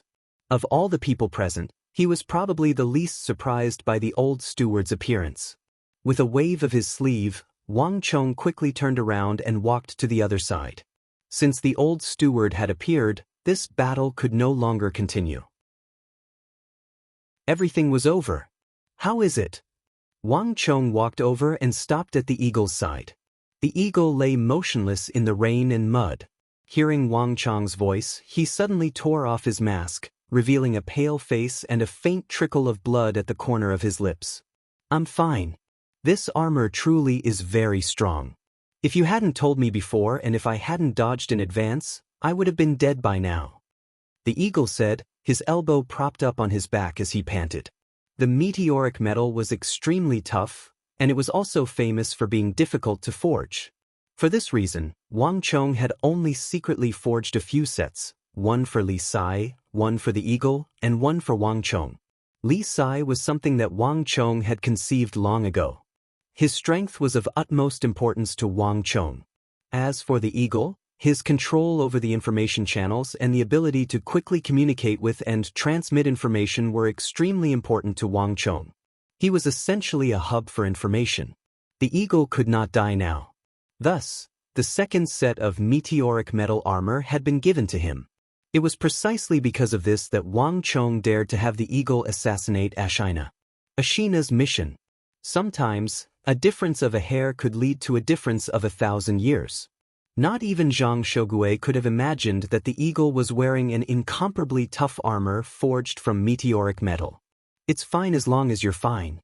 Here's a pill for you. Take it to protect your organs." Seeing that the eagle was fine, Wang Chong felt as if a great weight had been lifted from his heart. Propping his hands on his back, he slowly sat down and motionless. On the other end, the eagle gazed at Wang Chong's silhouette, a hint of worry in his eyes, but he said nothing. His gaze quickly turned to the old butler. On the other end, the old butler and Zhang Shogui's conversation had reached a crucial point. Old butler, do you also want to oppose me?" Zhang Shogui's expression was cold and unsightly. Lord Protector General is too serious. What sort of status does this old man have? How could he possibly compare to Lord Protector General? This old man was only entrusted by His Highness the King of Song to invite Lord Protector General to the King of Song's residence. The old butler folded his hands in his sleeves and faintly smiled. Zhang Shogui stared at the old butler, his eyes flickering with uncertainty. This old butler had served 2 generations of the King of Song, and Zhang Shogui had already met him during the reign of the old king. In the last few decades, he had clearly gotten even stronger. Old butler, is His Highness the King of Song worth it for the sake of a few juniors? Zhang Shogui stared at the old butler. He had said that the King of Song was treating, but Zhang Shogui knew that this was just an excuse. To put it bluntly, it was all for these fellows. Lord Protector General also said that it's just a few juniors. Lord Protector General is the cornerstone of the empire, with an exalted status. Why should you lower yourself to the level of a few juniors? The old butler indifferently said, his lips moving. Moreover, in the end, it's just a few who that died. For the sake of a few who, is Lord Protector General really going to stir up a storm in the city? Is it worth it? The old butler glanced at the corpses on the ground. Zhang Shogui's expression froze, and the anger in his eyes abruptly dissipated. No matter what sort of goal the old butler had, there was one thing he was right about. The people who had died were all insignificant who. Yuzhou didn't have much of anything, but it had the most who. And while he was presiding over Anong, he had killed a mountain of who. In just a few large-scale battles, he had dealt with the who. Thus, Zhang Shogui cared about the who the most, but he also cared about them the least. He cared about the abilities they possessed, but he did not care about their lives. As for Ashina? In the future, the name Shursiming would resound like thunder through the world, occupying an extremely important position.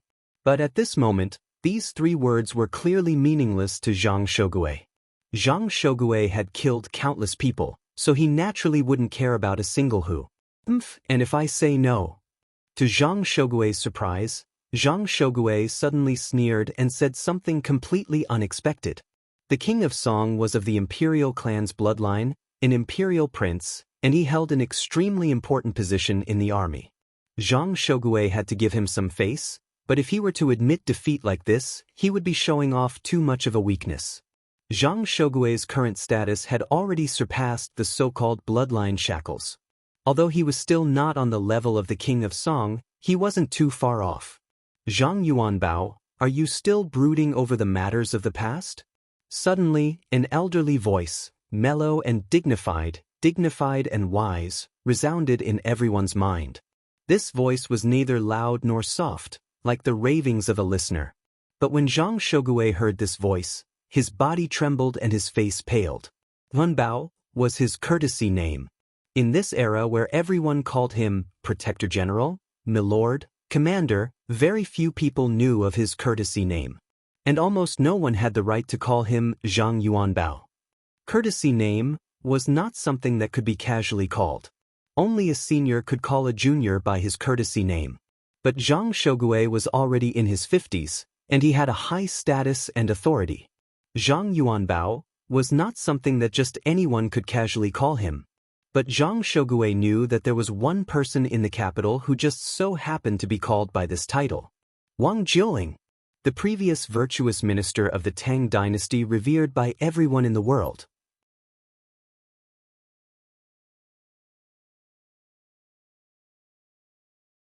Chapter 455.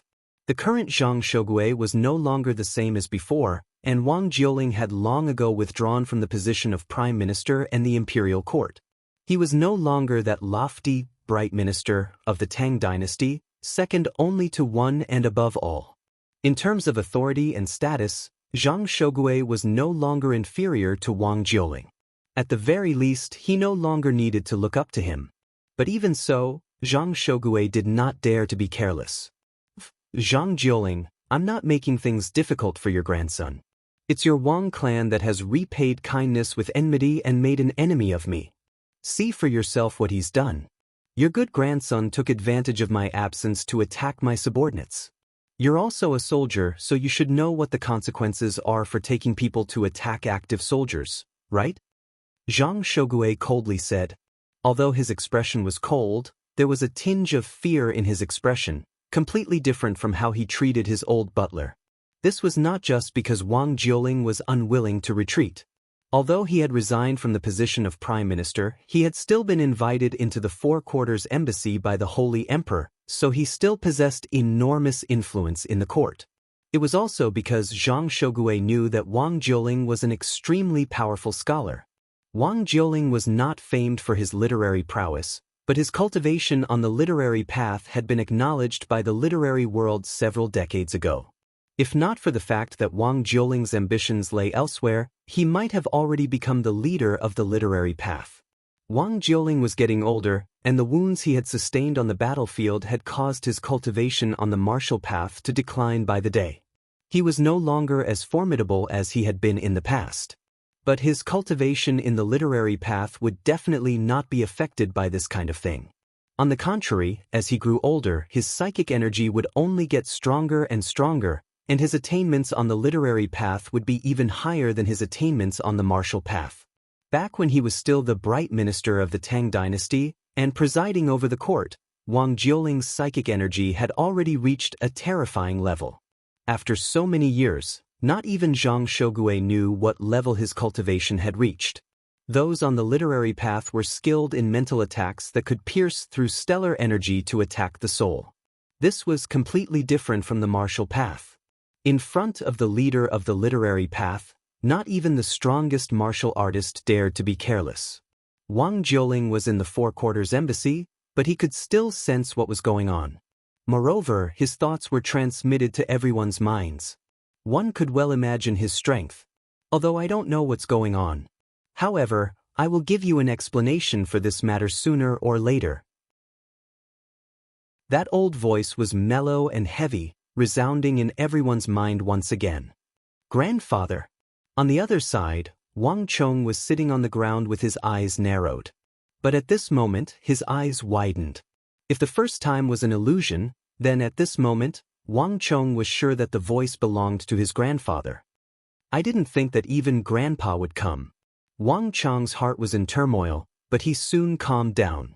He had mobilized all of the Wang family's guards in the capital, as well as the forces that were on good terms with the Wang family. Even Elder Yi and Elder Zhao had come. It would be strange if his grandfather didn't know about it.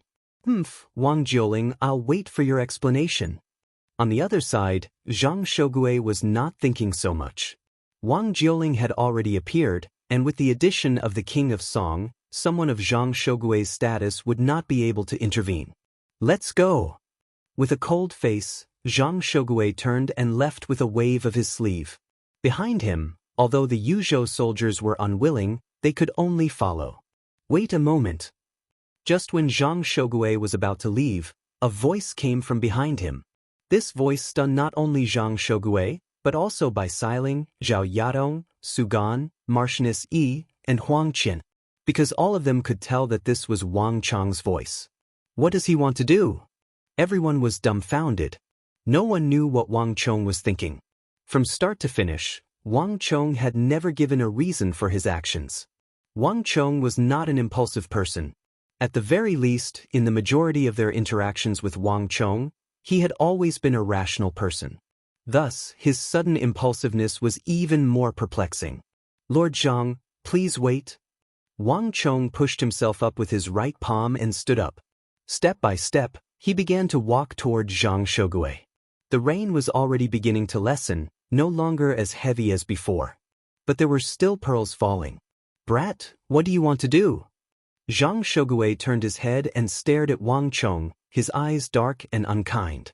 The courtyard was quiet, the mood rather tense. No one knew what Wang Chong wanted to do at a time like this. The timing was far too sensitive. Wang Chong said nothing, but when he was still several zhang from Zhang Shogui, he stopped and gave a deep bow. There is something that Wang Chong never had the chance to say. Lord Protector General, many thanks for your assistance in the regional commander's incident and when Wang Chong was imprisoned. As soon as he finished speaking, the entire place fell into dead silence. Zhang Shogui stared at Wang Chong, his eyes flickering. But in the end he sneered. I thought that you'd forgotten. Zhang Shogui coldly said, his voice brimming with derision. He naturally knew what Wang Chong was talking about. When Fomenlinta, Gao Xianji, and Geshu Han appealed to the imperial court to have Wang Chong executed, it was he and Zhang Chou Jianxiong who had led the charge to support Wang Chong. Zhang Shougui was the mighty Anong Protector General, and in both seniority and status, he was more than a single level above Wang Chong. He naturally couldn't bring up this matter of his own volition. If Wang Chong didn't bring it up, he would never do so for the rest of his life. But it was precisely because he had helped Wang Chong that Zhang Shougui had become even more enraged when he realized that the one who had attacked him was Wang Chong. Saying that the Wang clan returned kindness with enmity was no joke. No matter what Lord Protector General's reasoning was, no matter how dissatisfied Lord Protector General was with me, kindness is kindness. I owe Lord Protector General a favor. In the future, I will definitely return this favor. However, this is not my true reason for calling out to Lord Protector General. As Wang Chong spoke, he slowly straightened his body, his expression neither servile nor overbearing. Even after the battle, even after experiencing so many things, even after almost dying at Zhang Shougui's hands, Wang Chong remained as calm and composed as ever. Even before Zhang Shougui, the Anong Protector General, he showed no fear. Zhang Shougui's eyes swirled as he examined Wang Chong. Finally, there was a slight change in his expression. "Just what do you want to say?" Zhang Shougui sternly said. In the Yuzhou Protectorate headquarters, he had long ago obtained an investigation report on this youth. Although he had clashed with Wang Chong, and it had even been extremely unpleasant, Zhang Shougui would not underestimate Wang Chong too much. "I only want to say that Ming Emperor has an insightful heart. Although the capital is far, it is a clear example everywhere. Lord Protector General resides in Yuzhou, and as a subject, it is best for you to have a more respectful heart." Wang Chong said profoundly. "Buzz." Zhang Shougui's body trembled at these words, and his face instantly paled. Even Ashina? Not even when Sugan was killed had he shown this sort of reaction. "In addition, I hope that Lord Protector General will be more careful of the people at your side. Sometimes, your true enmity is not necessarily with those standing in front of you, but with those standing at your side," Wang Chong said. As he spoke, Wang Chong's gaze fell upon Yaluoshan, a profound look in his eyes. Zhang Shougui looked at Wang Chong with a strange gaze, but he quickly regained his composure. "There's no need for you to say these words. It would be more appropriate if it were your grandfather." Zhang Shougui coldly sneered. Wang Chong only faintly smiled, declining to comment. As he watched Zhang Shougui and his Yuzhou soldiers vanish beyond the crumbling walls, Wang Chong's expression did not change in the slightest. Whether or not Zhang Shougui listened, Wang Chong had already done all he could for Zhang Shougui. Zhang Shougui was not a bad person. Even though he had clashed with Zhang Shougui, even though he had almost died at Zhang Shougui's hands, Wang Chong did not hide this fact. But there was a major problem with his personality. Zhang Shougui was too proud. At the same time, he was too conceited. His decades in the military, his age of 60, and his belief that he would be the future prime minister of the empire had made Zhang Shougui look down on everyone and extremely conceited. He was so conceited that he would not listen to any advice, and besides the Holy Emperor, he would ignore all rules. But it was not just the emperor. In truth, in Yuzhou, Zhang Shougui's arrogance had reached a point where he even dared to fool the Holy Emperor. In the future, he would be framed by Yaluoshan and lose his position as Protector General. One reason was because he had been careless and unprepared. The other reason was also because of his personality. If not for his arrogance and conceit, even if Yaluoshan wanted to frame him, Yaluoshan might not have succeeded.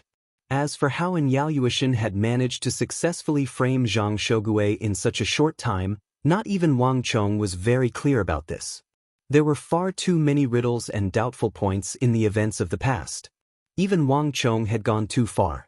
Although Yaluoshan had managed to become Zhang Shougui's adopted son, in Wang Chong's view, this adopted son was probably just an empty title. His true status in the Anong army was not very good. How had he managed to replace Zhang Shougui and take control of the Yuzhou army in just 2 short years? Even many of his seniors from back then found it incomprehensible. Moreover, Zhang Shogui was a legendary figure of the empire, a titan of the army. His strength could be seen from today's events. Just the tip of the iceberg was enough to suppress all of them. But after the Holy Emperor stripped him of his military authority, Zhang Shogui died of depression less than a year later. Died of depression? What did this mean? This sort of supreme expert, who could destroy the heavens with a snap of his fingers, would also die of depression? This was simply a joke. At the very least, in Wang Chang's view, this sort of thing was unacceptable, completely absurd. But Zhang Shogui's death was an undeniable fact. Far too many inexplicable things had occurred around that calamity. Some of these things could be changed by human strength, and some things could not be changed by human strength. Whether one liked Zhang Shogui or not, there was one thing that everyone had to admit. Zhang Shogui's death was a massive loss to the empire. It was precisely because of his death that the rebel army of Yuzhou had completely lost control. Walala! The clattering of hooves against the rain came from the distance. Upon hearing this sound, Wang Chang's shoulders swayed, but his eyes quickly cleared. This was the sound of the imperial army. All the scions of the great clans living in the capital were extremely familiar with this sort of sound. There was no doubt that the battle was over, and his uncle had arrived with his men. The imperial army was responsible for guarding the capital, and there were some things that not even his uncle could stop. Let's go as well. Chapter 456. With the withdrawal of Wang Chong and the others, the Wang clan's operation that had alarmed countless great clans of the capital came to an end. But the effects of this matter were only just beginning. Why didn't you kill him? A furious voice suddenly broke the silence in the rain. In the darkness, the orderly advance of the troops suddenly came to a halt. All was quiet in the darkness, all sound vanishing without a trace. Even the sound of the rain had become indistinct. An uneasy aura began to spread through the air. Some people seemed to sense something, and all of them fell silent out of fear. What did you say? After what seemed like an instant and also like countless eons, they finally heard that familiar, bone-chilling voice. Why didn't you kill that brat? And Yao Yuishan didn't seem to sense anything. His eyes were red as he stared at the figure in front of him, his body trembling. Yao Yuishan, you're crazy. Is this how you speak to Commander? Shut your mouth. Hurry and apologize to Commander. Cui Qianyu and Tian Qianjun paled as they hurriedly said. The other Yuzhou soldiers were also stunned. No one dared to speak to Commander like this. No one. In Yuzhou, anyone who dared to defy Commander was already buried in the ground. For in Yao Yuishan to dare speak to Commander like this, he was simply insane. Slap. Before anyone could react, a powerful palm slapped in Yao Yuishan across the face. The slap sent Yao Yuishan flying through the air. Spinning like a paper kite, he crashed into the wall of the alley 7 or 8 zhang away. The wall, more than 2 zhang tall and covered in moss, was as sturdy as rock, but now it was smashed to pieces, sending bricks and sand flying everywhere. And Yao Yuishan sat up after crashing to the ground and vomited a mouthful of blood, his face as white as a sheet of paper.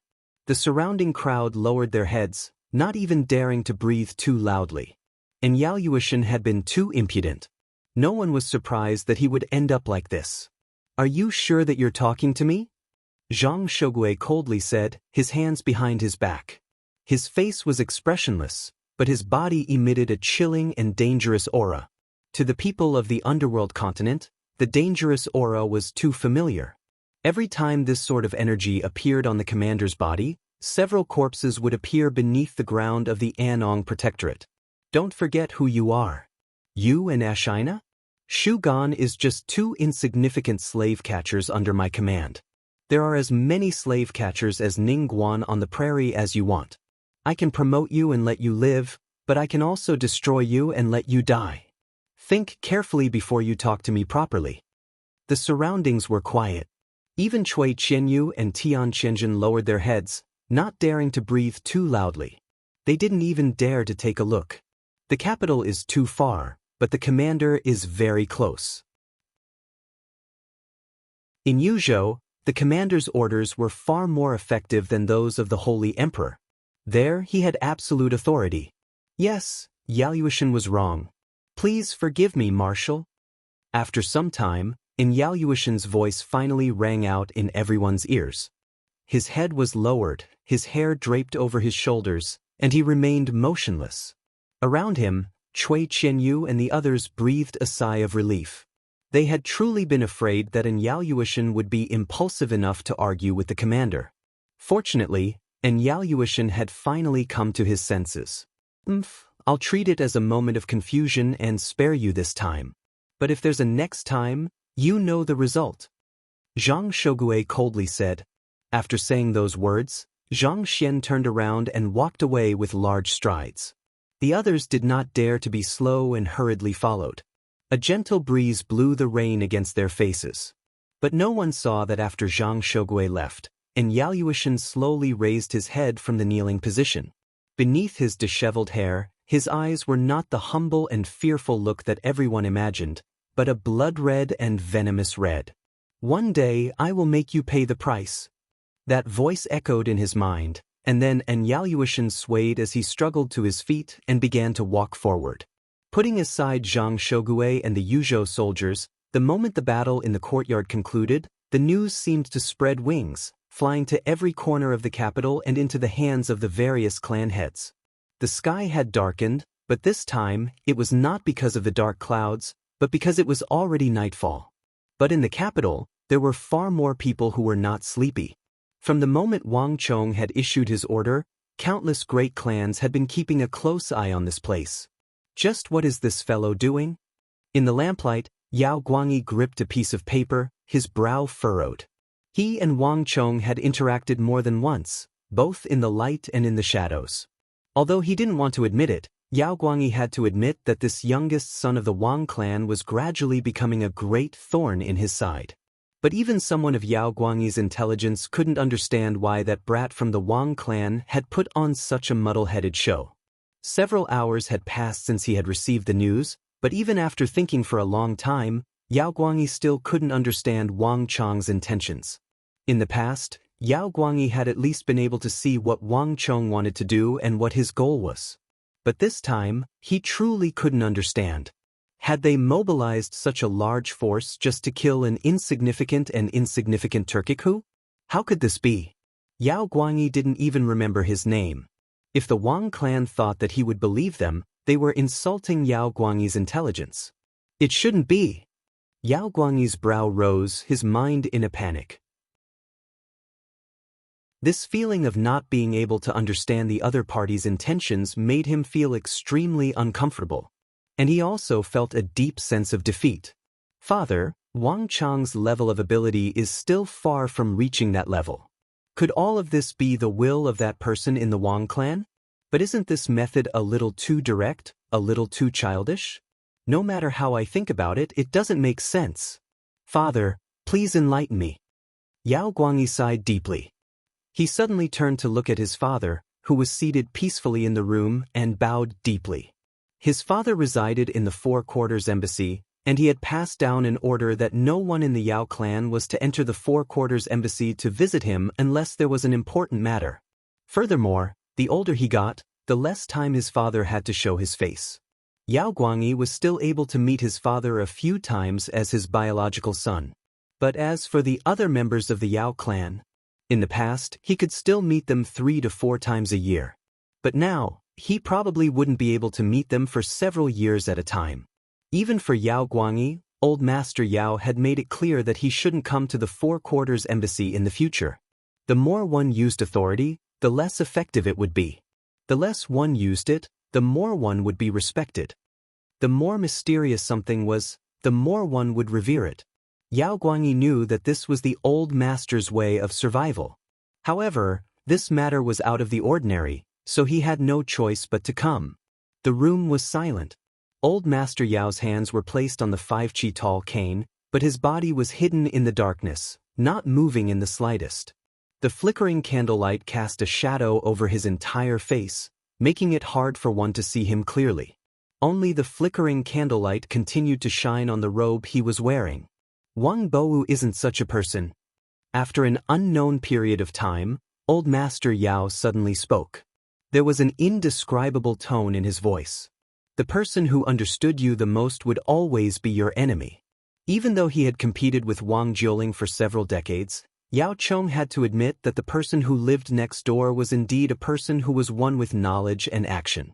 Other people might be humble, thrifty, and restrained, but this was just a means to earn their reputation. But Wang Jiuling was truly such a person.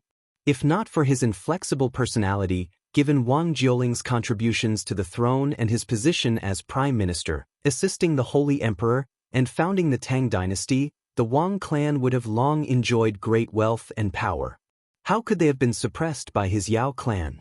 This could be considered as the Wang clan and Wang Jiuling restraining themselves.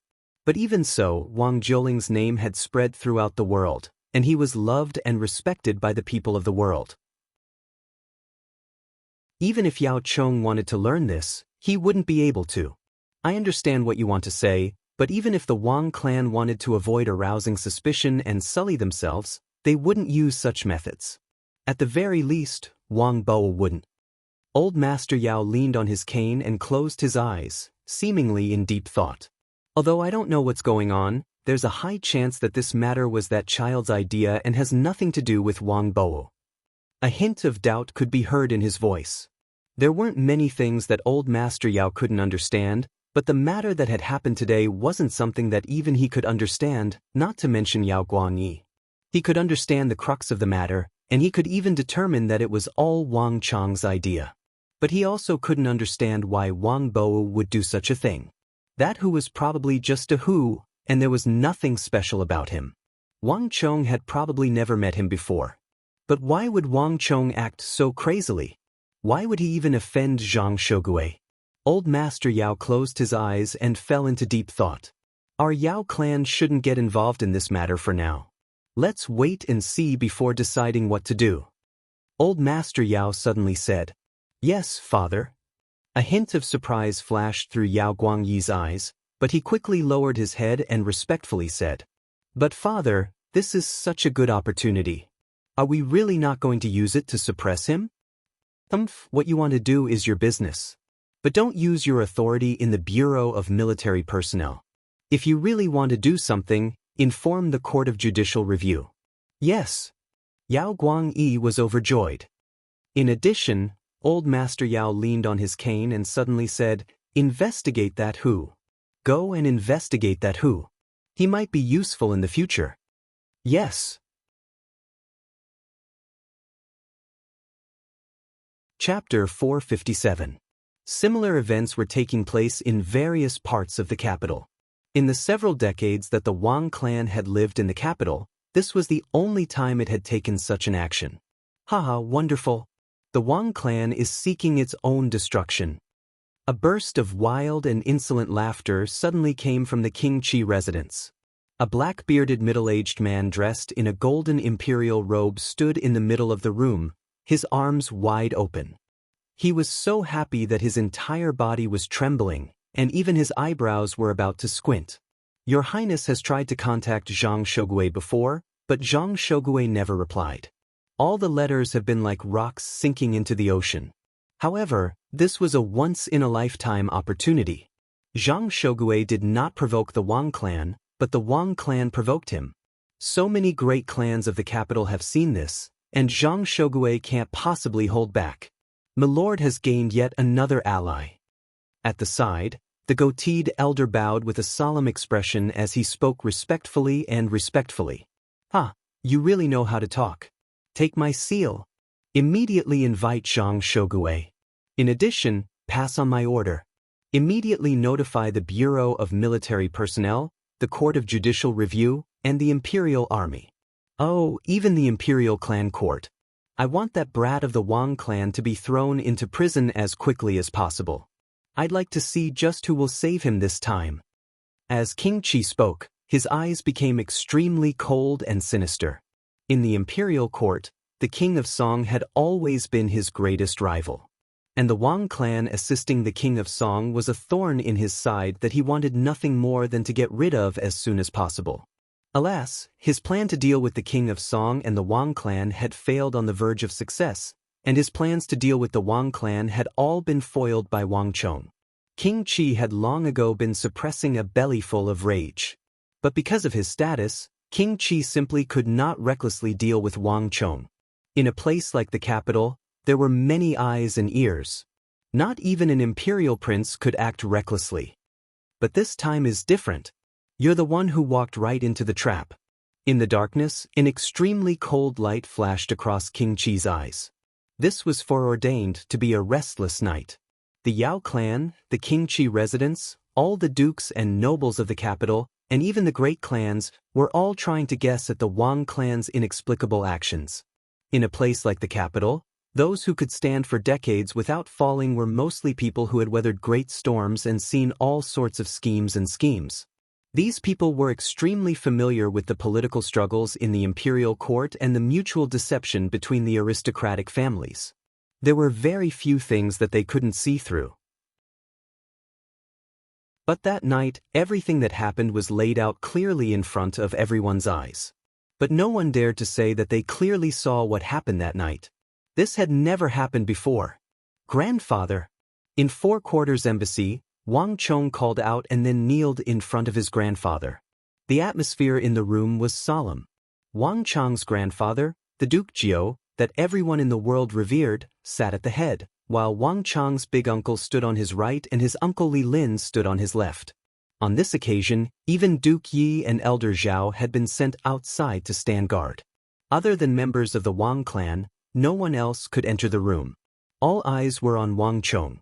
There were all sorts of guesses about today's events. But only they knew that this operation actually had nothing to do with them. In truth, everything had been Wang Chong's idea, the result of his own actions. But not even the members of the Wang clan knew why Wang Chong had done this. Chong, it's no problem for you to mobilize the guards of my residence. Even the matter that happened tonight, including the matter that happened in the Drunken Sparrow restaurant, I'll deal with it for you. None of this is a problem. After all, we're one family. But can you tell me why all of this is happening? Wang Zhen spread out his sleeves, his expression grave. That's right, Chong, there are no outsiders here. Just why did you do this? Can you tell me now? Wang Chong's uncle Li Lin said. Only he knew how much pressure he had been under tonight, how many favors he had owed, and the matter with the imperial army was far from over. One could already imagine the many troubles that awaited him in the future. But Li Lin didn't care. Although he didn't know the specifics, he had complete trust in Wang Chong. However, Li Lin had never imagined that this matter would involve a personage on the level of the Dong and Protector General, Zhang Shogui. Everyone was waiting for Wang Chong's explanation. Warning: user is attempting to reveal information that should not have been revealed. This information will severely affect the fate of the world and the course of events, resulting in an exponential attack and rejection by the power of the world. User does not have the strength to protect himself and will instantly die. In order to protect user, all attempts by user to reveal the secrets of heaven will be silenced. Once a third attempt is made, all destiny energy will be deducted and user will die. Wang Chong's lips moved, and just when he was about to speak, a cold and emotionless voice rang out at his ear. In a flash, all words became nothingness. You still can't say it? Wang Chong quietly said to himself. Although he had long ago expected this result, Wang Chong still felt incredibly bitter. Today's events were bound to be seen as crazy and incomprehensible by many, but he couldn't even reveal it to his closest kin. At this moment, Wang Chong felt an indescribable loneliness in his heart. He finally had no companions on his path. And the mission he shouldered was something that no one else knew about. This loneliness was too unbearable. For a moment, Wang Chong really wanted to disregard everything and speak the truth, especially after his mission failed. But Wang Chong knew that this was impossible. Even if he wanted to speak, his grandfather, big uncle, and uncle-in-law probably wouldn't be able to hear him. Grandfather, big uncle, uncle-in-law, do you believe me? Wang Chong thought for a long time, then raised his head and bitterly asked. Chong. Wang Zhen was just about to speak when a thin and withered hand reached out and interrupted him. Child speak. No matter what you say, grandfather will believe you. Wang Jiuling sat on the highest seat, looking down at Wang Chong said with a wise gaze that could see through the affairs of the world. His eyes were affectionate and full of tolerance. After all that had happened, Wang Chong saw no hint of blame in his eyes. In this hall, there was no Duke Jiao, whose name had spread throughout the world and was revered by all, nor were there any important or old officials of the court that deeply loved the holy emperor. Standing in front of Wang Chong was an ordinary grandfather, an ordinary old man. This was a grandfather speaking to his grandson. For a moment, Wang Chong felt like crying. Although he had said nothing about evaluation, for some reason, Wang Chong felt that his grandfather seemed to understand something. These emotions flew through his mind, but Wang Chong quickly regained his composure. Grandfather, big uncle, uncle-in-law, I cannot tell you the exact reason for today's matter. Wang Chong kneeled on the ground, his eyes red. But there is one thing that I ask of you. No matter what, you must believe me. And Yaoyuan that who must die. Otherwise, he will become a great calamity for the empire. Buzz. The moment Wang Chong spoke, the other three people in the room trembled. Wang Chong's big uncle Wang Zhen and uncle-in-law Li Lin looked at each other in dismay. Even Wang Chong's grandfather revealed a look of surprise. Chong, you're not joking, right? Wang Zhen said. He knew that Wang Chong had his reasons for doing this, but Wang Zhen had never expected Wang Chong to bring up a calamity for the empire. It wasn't that he didn't trust his nephew, but this sort of thing was far too unreliable. He had long ago gathered a great deal of information on that Hu. He was just an extremely ordinary Hu under Zhang Shogui's command. Who knew how many Hu like this Zhang Shogui had in the Anong Protectorate of the Northeast? The only people that Wang Zhen truly paid attention to were the foreign brothers. But the foreign brothers were only a recent matter. The truly special ones with extraordinary backgrounds were the other three. As for this and Yaoyuan, he was a nameless nobody. He had only run into him by sheer luck. Moreover, it was common for Hu to get along with each other. After drinking a bowl of wine, they would immediately become sworn brothers. But that was just a name. The Hu did not have any culture of swearing brotherhood. This so-called swearing brotherhood was the culture of the Han. When it came to the Hu, they were just monkeys in disguise, and the feeling of swearing brotherhood became much weaker. Chong, Yuzhou is Zhang Shogui's territory. His methods are fierce, and he never shows mercy when suppressing the Hu.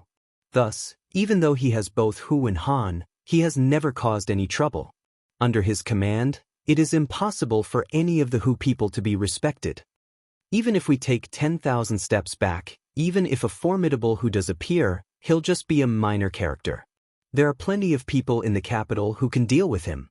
How could he possibly become a calamity for the empire? Li Lin said from the side. Although he didn't say it explicitly, his meaning was clear. It was clear that he didn't agree with Wang Chong's reasoning. It was truly lacking in persuasion. Big uncle, uncle-in-law, I know that you don't believe me, but that Hu must die. But that Hu must die. I'm not joking. I'm serious about every word I say.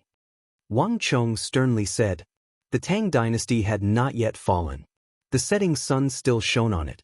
This massive empire was still bloated and heavy, but it still had figures in the prime of their lives. The war machines of its prime were still operating. Although they were not at their peak, they still had 70 to 80% of their strength. Although a befuddled life had weakened the fighting spirit of the empire, it had the backing of a huge amount of economic support. Although it was on the path of decline, this empire still had a chance to regrow its broken limbs and rise to the peak. And even if it was going to be destroyed, it was still very far from being destroyed. At least, this was what everyone firmly believed. But who could have imagined that this empire would be destroyed in a few short months by the army led by a Hu rising from the northeast? At the start of that rebellion, everyone believed that the empire was still very strong and that the rebellion would be quickly suppressed. But 3 months later, this empire collapsed in a completely unexpected manner at the feet of that Hu. The decline that should have taken decades to complete was sped up in just 3 short months. The people of the Central Plains were plunged into misery and suffering, and the once powerful and prosperous Central Plains had been transformed into an Azura hell overnight. Chapter 458. When he thought of his experiences back then, of the mountains of corpses, the collapsed buildings, and the desolate land, Wang Chong felt a stabbing pain in his heart. In that great rebellion, even the nobles were not spared, let alone the common people. This operation had been a once-in-a-lifetime opportunity. As long as he could kill in Yaluoshan, he could avoid 10 years of civil strife. Alas, in the end he had still failed. He had lost his only chance. This thought made Wang Chong's heart ache. Wang Zhen and Li Lin mentally shook their heads at Wang Chong's words. They had always placed great trust in Wang Chong. Wang Chong's past actions were enough to prove that he was worthy of this trust. But this time, this explanation was truly hard to believe. "Grandpa believes in you."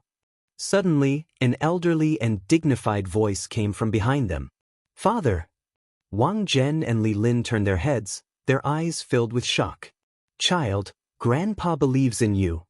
Wang Chong's grandfather once more repeated his words. He had been sitting motionlessly up there this entire time, but at this moment he slowly stood up with the support of the armrest. "You're a smart child. Your grandfather believes that you must have your reasons for doing this." "Grandfather!" Wang Chong clenched his fists, his eyes red. At this moment, there was nothing more supportive than the trust of one's kin. "Tell me, does it have something to do with a seer?" Standing above, Wang Chong's grandfather leaned forward slightly, and his voice grew gentler. "Buzz." Hearing his father's words, Wang Chong's big uncle Wang Zhen and Uncle Li Lin both trembled. Earlier, they had found Wang Chong's words hard to believe. But now that they heard their father's explanation, everything suddenly began to make sense. "Chong, is what grandfather says true?" Wang Zhen sternly asked. "You really did encounter a seer?" Li Lin chimed in. Wang Chong's actions did not make sense, but if he had encountered some mysterious divination, everything would not be difficult to understand. This could also explain why Wang Chong hated that Hu so much, even though he had never met him, that he was willing to offend Anong Protector General Zhang Shogui. This, Wang Chong was also stunned. His grandfather's words were truly out of his expectations. Even Wang Chong himself was stunned by the words, astrologer. Of course, it was impossible for him to have seen any seer, but from a certain perspective, his grandfather's guess was not wrong. Although he had never seen a seer before, he himself was the strongest seer in the world. As a person who had lived 2 lives, there was no one in this world who was clearer than him about the future development of this world. As these thoughts flashed through his mind, Wang Chong quickly regained his composure. "Yes." Wang Chong nodded. "Chong, can you tell us the name of that astrologer?" Wang Zhen asked. This time, Wang Chong shook his head. "He's not willing to let you speak?" Wang Zhen frowned. "Yes." After a moment of hesitation, Wang Chong clenched his teeth and spoke once more. Although he was unwilling to do this, it seemed that even knowing the future would be greatly limited. In a situation where he couldn't speak the truth, this was probably the best and most acceptable method. Wang Zhen and Li Lin glanced at each other, their brows furrowed. If that astrologer didn't appear, there was no way to get to the bottom of why Wang Chong trusted him so much. However, astrologists had always had a transcendent status. Whether it was among the people or in the palace, they were highly respected. But it was precisely for this reason that the majority of astrologists had strange temperaments. They had always kept a low profile and had eccentric personalities. They were unwilling to interact with outsiders, and they were even more unwilling to have their names known.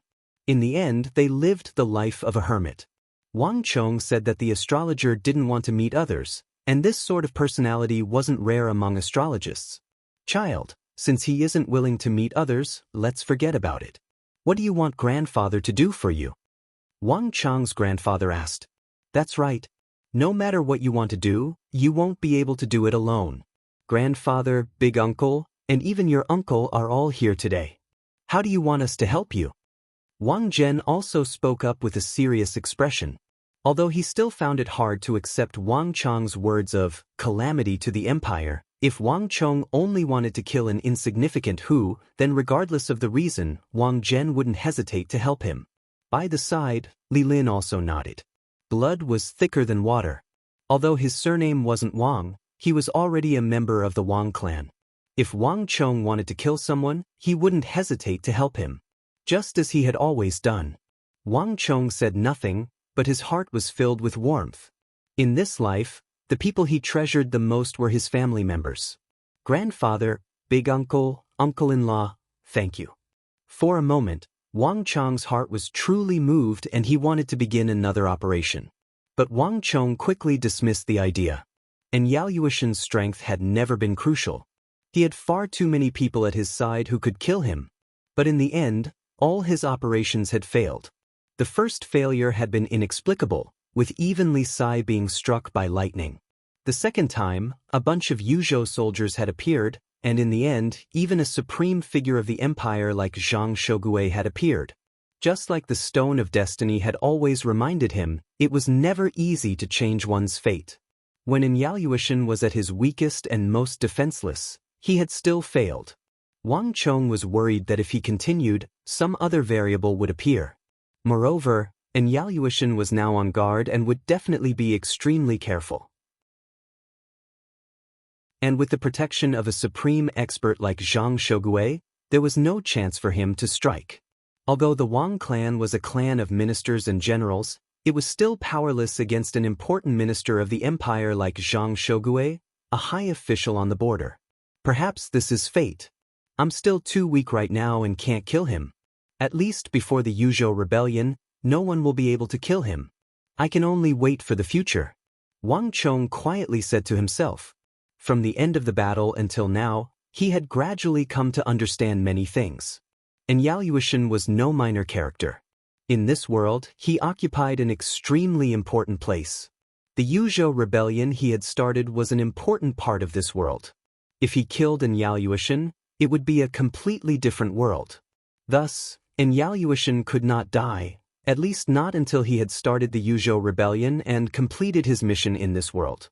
He could not die so easily. Thus, even though he had gathered so much strength, he had still not been able to kill him. Thus, the Stone of Destiny had warned him not to meet with him too early. Any chance encounter ahead of time would only cause Yao Yuishen's strength to increase. And the world energy protecting him would only grow stronger and stronger.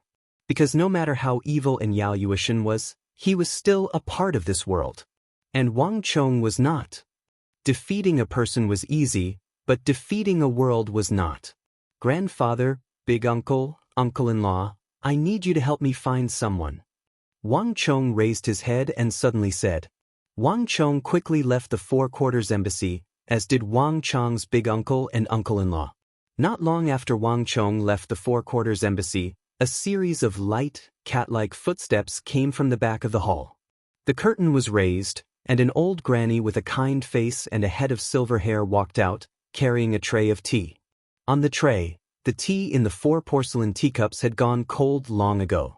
This child seems to have a lot on his mind. As the Wang clan's old madam watched Wang Chong leave, her eyes were filled with worry. If he doesn't say it, there's nothing we can do. The Wang clan's old master sighed. If Wang Zhen and Li Lin were here, they would assuredly be flabbergasted, because the old master's current attitude was completely different from before. It was obvious that his talk about astrologer had been completely random. But whether it was Wang Zhen, Li Lin, or Wang Chong, they had all been fooled. This child must have his own difficulties. Otherwise, he would never hide it from even his own family. The Wang clan's old madam sighed. After experiencing so many trials and tribulations in their lives, how could the two of them not see through Wang Chong's thoughts? Tonight, Wang Chong had been far too abnormal, but he also seemed to have some difficulties that he couldn't speak of.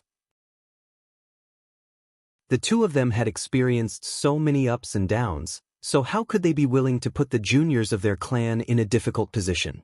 This was why the Wang clan's old master had said those words. The Wang clan's old master said nothing, but a long sigh came from the hall. As he walked out of the Four Quarters Embassy, Wang Chang's mind was in disarray. Although his conflict with Zhang Shogui had come to an end, Wang Chong knew that this matter was far from over. Getting into the carriage, Wang Chong first went to visit his cousin Wang Liang. Wei Anfang and the others found them on the second floor of Drunken Sparrow restaurant.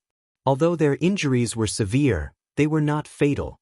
By the time Wang Chong went to visit, his injuries had already stabilized. With specialized people taking care of him, it wouldn't be long before he made a full recovery. But in the end, his martial arts were still lacking, so even after his injuries, he was still in a coma.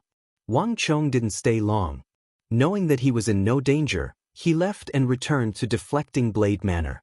On the summit, a gale blew. Although it was late at night, Deflecting Blade Manor was still brightly lit.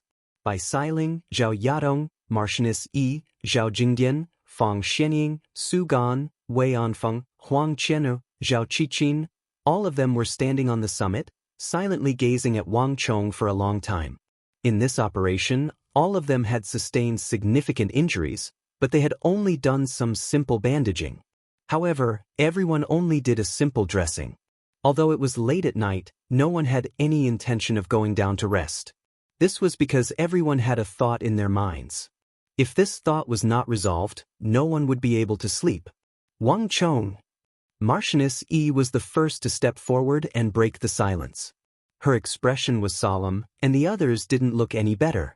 After the battle in the courtyard was over, everyone had followed Wang Chong's orders and returned to Deflecting Blade Manor. Just like Marchioness Yi, everyone was waiting for an explanation. There were far too many inexplicable and incomprehensible aspects of today's operation. The sudden target, the sudden appearance of a group of who, and then the relentless pursuit of a seemingly unimportant who.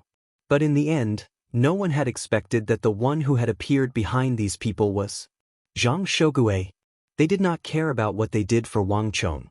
Even if they died in battle, they had nothing to complain about. After all, this was their own choice. But they needed an explanation. At the very least, they needed to know why they had done what they had done. In the quiet night, countless pairs of eyes turned to Wang Chong as if waiting for something. No one spoke. There was nothing but the howling of the wind on the summit. Wang Chong slowly raised his head, countless thoughts flitting through his mind like lightning bolts. I can't tell any of you too much. Wang Chong's voice drifted through the night. As he met everyone's gaze, Wang Chong's eyes slowly hardened. But there is one thing I can tell all of you. None of you will regret today's events. All was quiet on the summit. The crowd stared at Wang Chong, and Wang Chong stared back, but no one spoke. An uneasy atmosphere hung in the air. Time seemed to have stopped at this moment. Every second seemed to be stretched to infinity. I believe in you. Bai Siling suddenly walked out of the crowd, the first to break the silence. Although I don't know why, it's enough for me to hear your words. I believe in you. Haha, I also believe in you. I'm not that curious. Just like on a trial mission, I'll do whatever you say. The second to walk out was Su Gan. A soft corner of Wang Chong's heart was touched, and his eyes suddenly became moist. Just based on those words of yours, you're still the same you I know. If you need anything in the future, just call. Our Zhao clan will definitely do its best. Zhao Yadong also walked out with a smile. This was not her first time interacting with Wang Chong. Wang Chong had already used his own abilities and actions to prove himself. At that time, she had chosen to believe in Wang Chong, so she naturally wouldn't doubt him now. Thank you. Wang Chong was moved. Young master, there's no need for you to explain anything to me.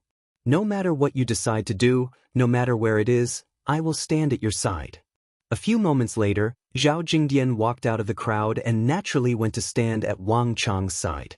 He had only been waiting on the mountain a long time ago, which was why he was standing with the crowd. He had never doubted his young master. If not for the fact that he wanted to avoid a misunderstanding, he wouldn't have even stepped forward, wouldn't have even said these words. With Bai Siling, Zhao Yadong, Su Gan, and Zhao Jingdian stepping forward, more and more people stepped forward. I believe in you. I believe in you. I believe in you. I believe in you.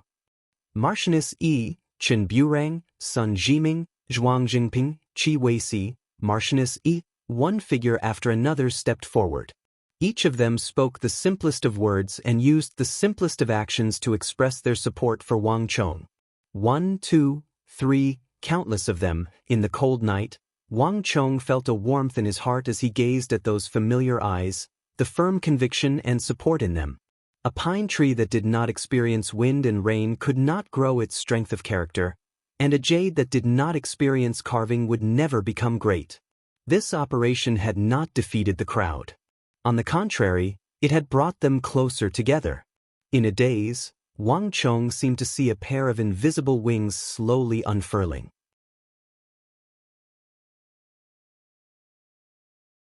Chapter 459. By Xiling, Zhao Yadong, Su Gan, and the others quickly left. Zhao Qiqin, Huang Chen, and Wei Anfang and the other members of Deflecting Blade Manor also left. On this night, many people descended from the mountain. Just like Wang Chong, many of them needed to go back and give an explanation to their families after all that had happened. The densely packed Deflecting Blade Manor abruptly fell silent, leaving only a few lanterns swaying in the cold wind. Cuckoo! The cry of a nighthawk suddenly came from above, bringing with it a whistling sound as it flew towards the top of the mountain. How much longer? In the lonely night, Wang Chong stood at the edge of the summit, his hands held behind his back as he looked down at the pitch-black mountains. The night wind blew at the corner of his robe, making whooshing sounds and making people feel even colder. The Imperial Army is already moving out, and I hear that the Court of Judicial Review has already dispatched troops and is on their way. And I hear that there's also some activity in the palace. The eagle's voice came from the darkness, brimming with worry. He was standing not far from Wang Chong, perched on his shoulder on the nighthawk that had just flown down from the sky. He had just finished reading a piece of white paper and thrown it into the wind, its fragments flying everywhere. One had to pay a price for impulsiveness. Quite a few who had died in Drunken Sparrow Restaurant, and in that courtyard on the edge of the capital, no small number of Yuzhou soldiers had died there. Such a major incident had taken place at the foot of the Son of Heaven, involving an armed melee and an important minister on the border of the empire like Zhang Shogui.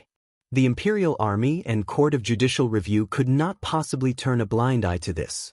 In the previous battle, these factions could be said to have been caught off guard. But now that the dust had settled, there was no question that these people had come to capture Wang Chong. In addition, the people of the Chamberlain of Dependencies are currently moving around. They might arrive even faster than the others. With these final words, the eagle's brow was shrouded in a dark cloud. This was not the first time that Wang Chong had clashed with the Chamberlain of Dependencies. Logically speaking, this matter had nothing to do with the Chamberlain of Dependencies. But many who had died this time, and some of them were merchants from the capital, which just so happened to fall under the jurisdiction of the Chamberlain of Dependencies. The Chamberlain of Dependencies had a unique status and enormous authority. It had wanted to deal with Wang Chong for a long time. But in the past, the Wang clan's authority and Wang Chong's caution had never given them a chance, so they had never been able to do anything to him. But this time, it had been delivered by Wang Chong of his own volition. Wang Chong's expression was calm, not too surprised by this. Everything had a price, and he had already thought of this outcome when he took action. This was not the first time he had faced the threat of imprisonment. This had been the Wang for. Wang had Wang Xiaofei, but had